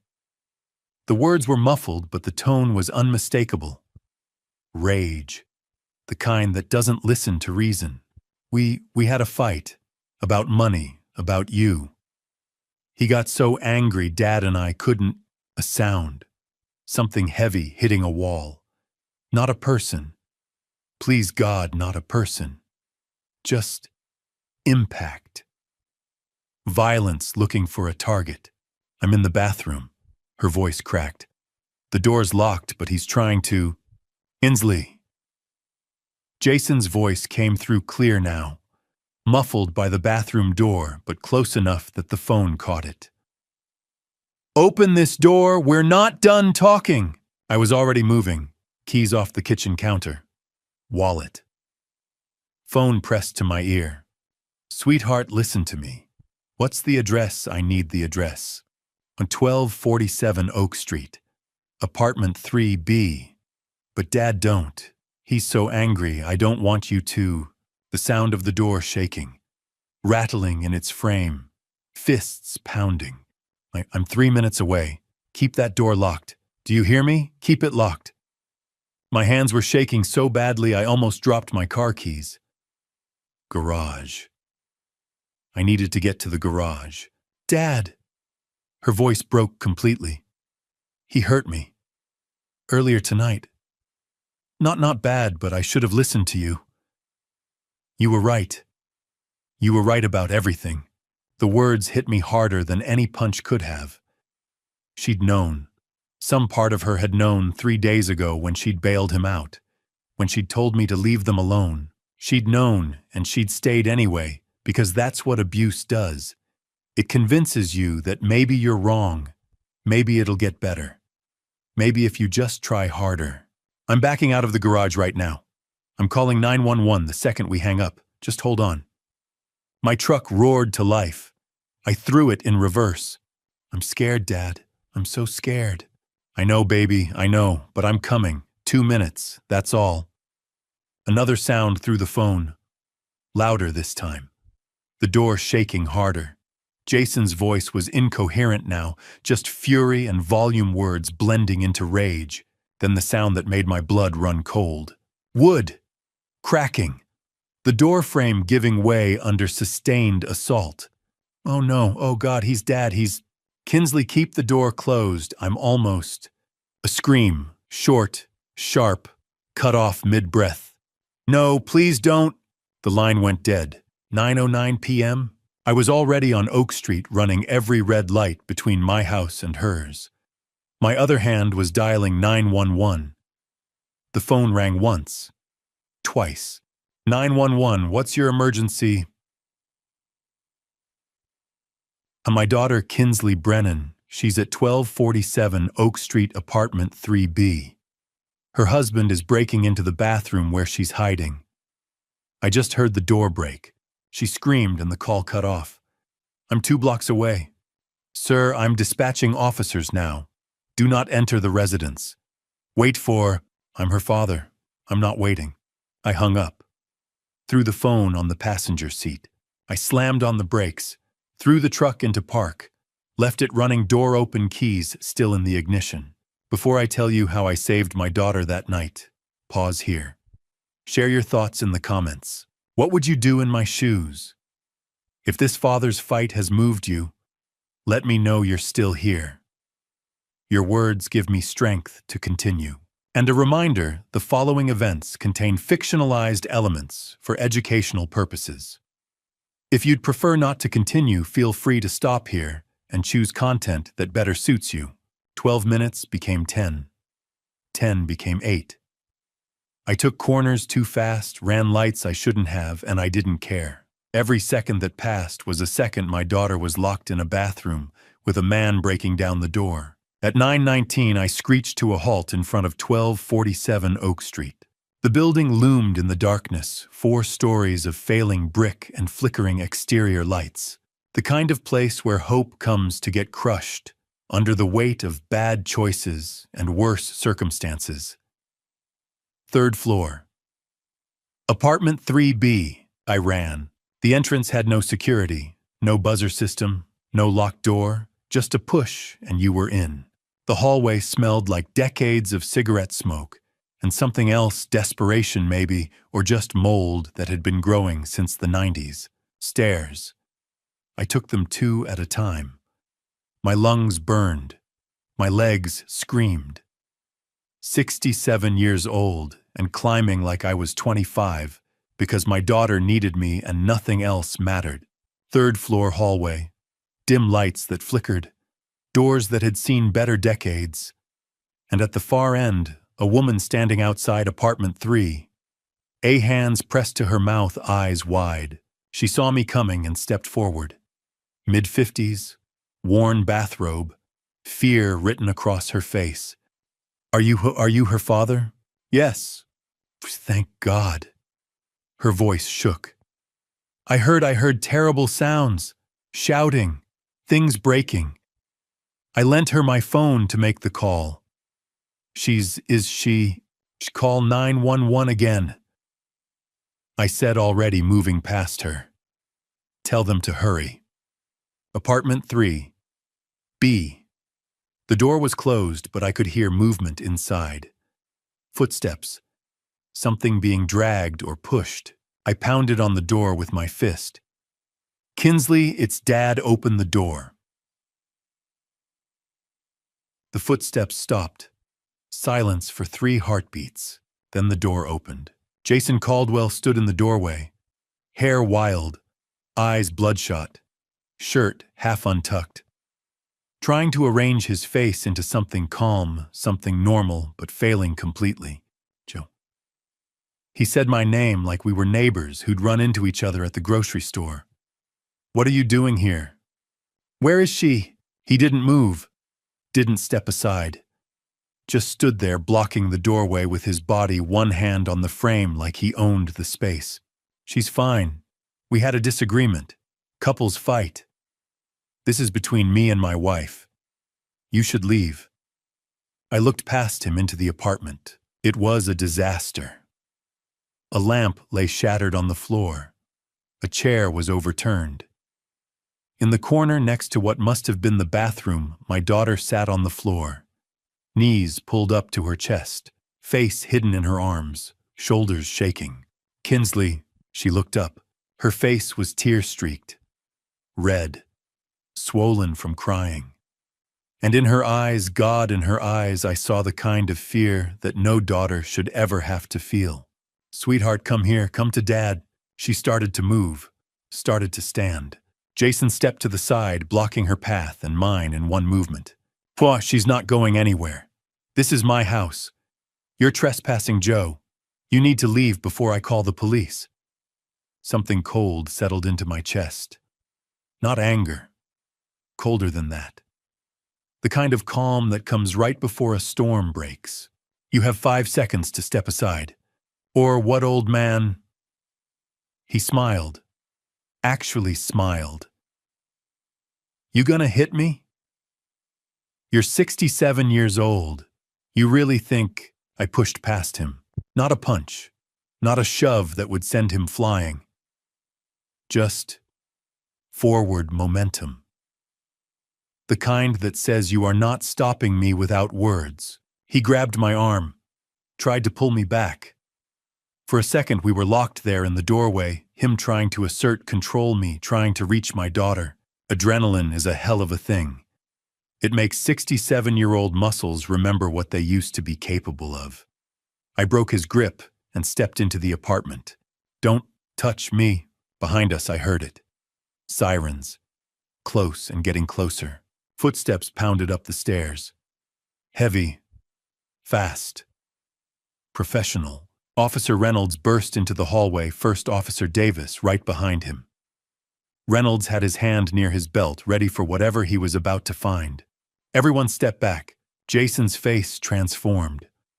The menace evaporated, replaced by injured innocence so fast it would have been impressive if it wasn't so disgusting. "Officers, thank God you're here." He pointed at me. "This man broke into my apartment. He attacked me. He's been harassing us for weeks. There's a restraining order. Ask her." I didn't take my eyes off Kinsley. "Ask my daughter what happened here." Reynolds looked from Jason to me to Kinsley, still sitting on the floor in the corner. He moved past both of us, crouched down to her level. "Ma'am, I'm Officer Reynolds. Are you all right?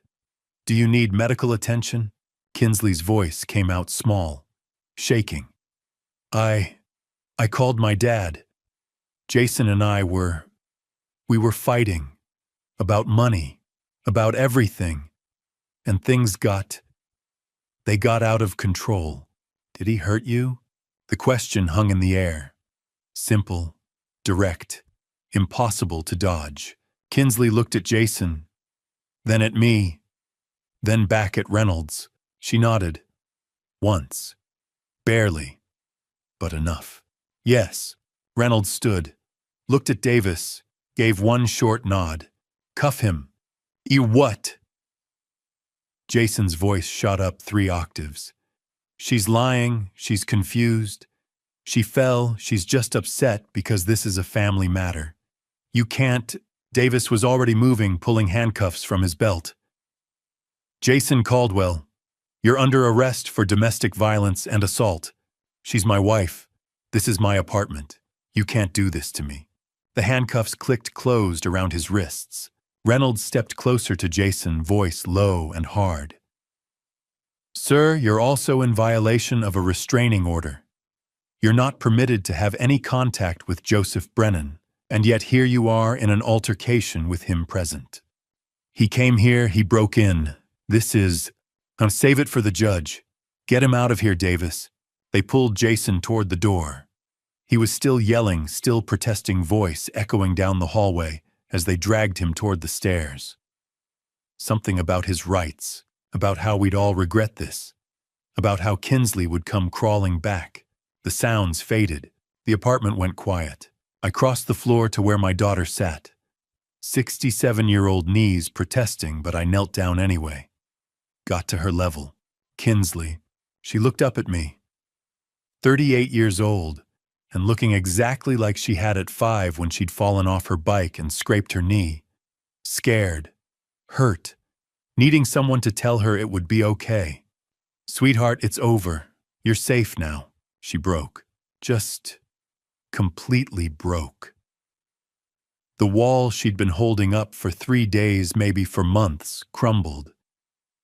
She fell forward into my arms and sobbed. Deep, wrenching sounds that came from somewhere primal. I held her. Let her cry. Didn't say anything because what was there to say I told you, so didn't matter. You should have listened, wouldn't help. She knew. God, she knew. Behind us, I heard more footsteps on the stairs. Heavier equipment. Voices calling out identifications. Paramedics, Reynolds said quietly. "Need to check her out, Mr. Brennan." I nodded but didn't let go. Not yet. Not until Kinsley was ready. She pulled back, finally wiping her face with shaking hands. "I'm sorry, Dad. I'm so sorry. You were right. About everything. And I chose him anyway. I'm so stupid. Hey." I caught her face gently in my hands, made her look at me. "You're not stupid. You're human, and you're my daughter. That's all that matters." The paramedics moved in with their equipment and their calm, professional voices. Reynolds stepped closer to me, speaking low. "Mr. Brennan, we'll need statements from both of you. But that can wait until tomorrow. Right now, let's just make sure your daughter's okay." I stood slowly, every joint protesting. Watched the paramedics check Kinsley over, asking her quiet questions, documenting whatever they found. Mrs. Cooper was still in the hallway, wringing her hands. She caught my eye and nodded. One neighbor to another. One human being saying you did right. In the distance, I could hear Jason's voice still echoing up from the street level, still yelling, still claiming this was all a mistake.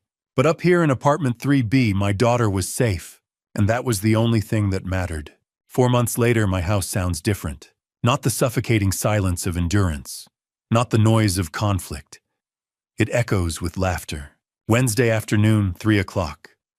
My living room holds 12 people in borrowed chairs, sharing coffee and stories. Barbara Peterson, Arthur Coleman, Evelyn Baker, Harold Jackson, 7 others whose courage I witness every week. We call it the Wednesday Support Group. Today we're discussing early warning signs of financial abuse. The small things that seem innocent. Someone offering to help with bills. Someone getting defensive about financial statements. The signs I missed. The hardest part, Evelyn says, was admitting my own son would steal from me. You don't want to see it. Heads nod. We all understand. That's why we're here. At 4:30, the meeting ends. Barbara stops by my chair. Joe, you've turned your pain into purpose. We all do that, Barb. That's what community means. The house empties. The quiet now isn't lonely. It's peaceful. 4 months. Let me tell you what that means. October 29th. I pulled Kinsley from that apartment. Reynolds arrested Jason for domestic violence. She sat in my truck and said, "You were right about everything." She stayed in her old room that first night while I listened from downstairs, making sure she was safe. November. Therapy began. Dr. Sanders twice weekly. I attended family sessions. Learned what I already knew: victims don't stay because they're stupid. They stay because abusers convince them they're the problem. Jason tried calling. Charles Norton got a permanent restraining order, December. Jason took a plea deal. 18 months county jail. 5 years probation. Mandatory counseling. The lawyer must have explained that video evidence of vandalism audio of him breaking into a bathroom and police testimony meant he'd lose at trial. When Charles called with the news, I felt nothing. Just tired. January. Kinsley filed for divorce. January 15th, 2026, it was finalized. She came over that night, cried at my kitchen table. Not from sadness. From relief. I should have left sooner, she said. I took her hands. You're out. That's what matters. February. She found an apartment. West Side near the hospital. Safe. When she showed me pictures, she was proud and nervous. You sure you don't want to stay here longer? I asked. I need to prove I can live alone, she said. That I'm not the person I was with him. She moved out last week. We both cried good tears. Now she visits twice weekly. At 5 o'clock, my doorbell rings. Kinsley stands there holding Chinese takeout, grinning. Thought you'd be hungry after the meeting. We eat at the kitchen table. Kung Pao chicken for her. Beef with broccoli for me. The same order Catherine and I used to get. The conversation flows work stories, her continuing education class support group updates. Then she sets down her chopsticks. Dad, I'm sorry. For not believing you. For choosing him. For bailing him out after he vandalized your house. I take her hand. Kinsley, you survived. You're healing. That's everything. But I hurt you, and you called me when you needed help. When your life was in danger, you knew I'd come.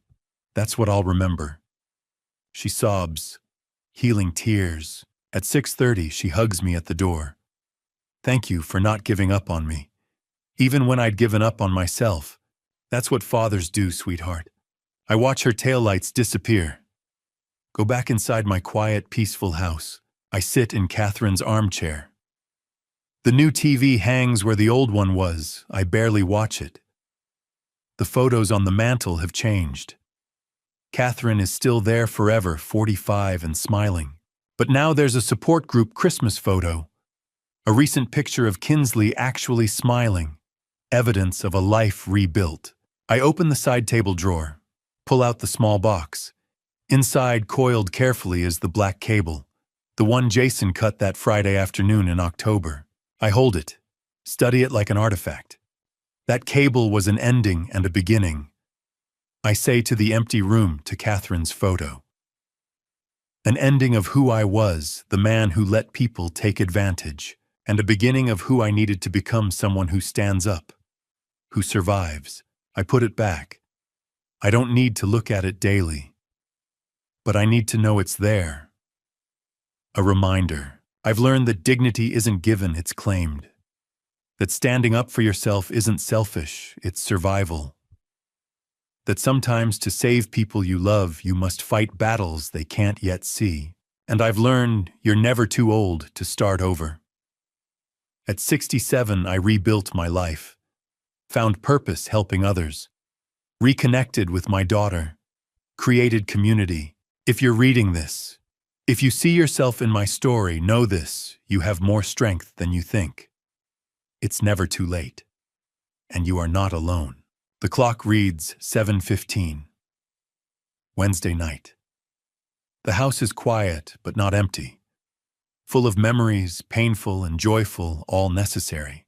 I pick up my book, World War II History, still fighting those old battles, even if they're just on the page now, and I smile, because my house doesn't sound like a war zone anymore. It sounds like home.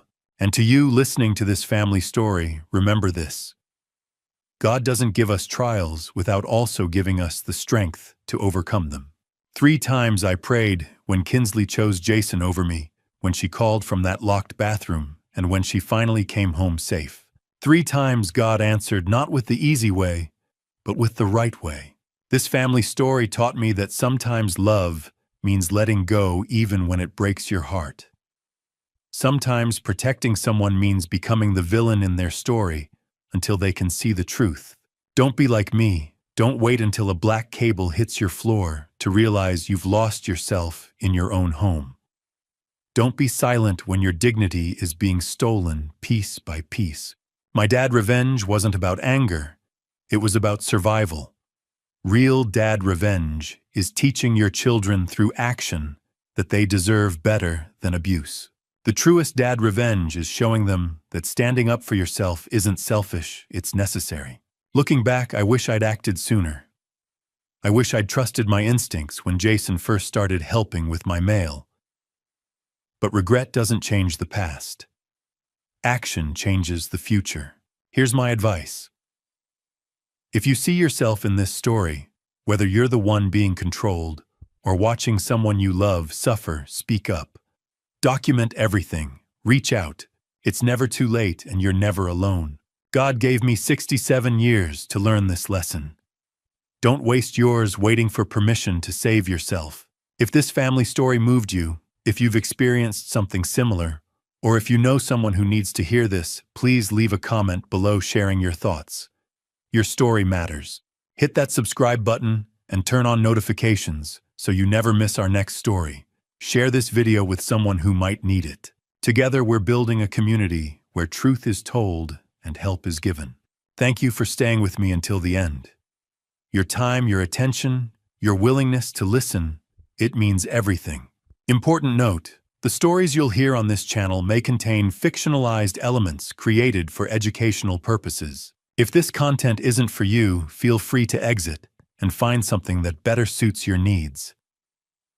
We respect your choice. Until next time, stand strong, speak truth, and remember, you are never alone. 나도 이따 목마르면은 그거 할게요.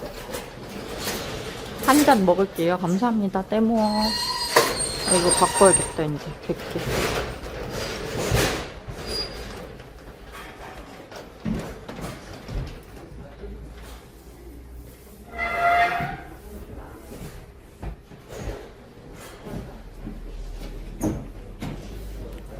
쇼핑 방송? 지금 쇼핑 방송 아닌데?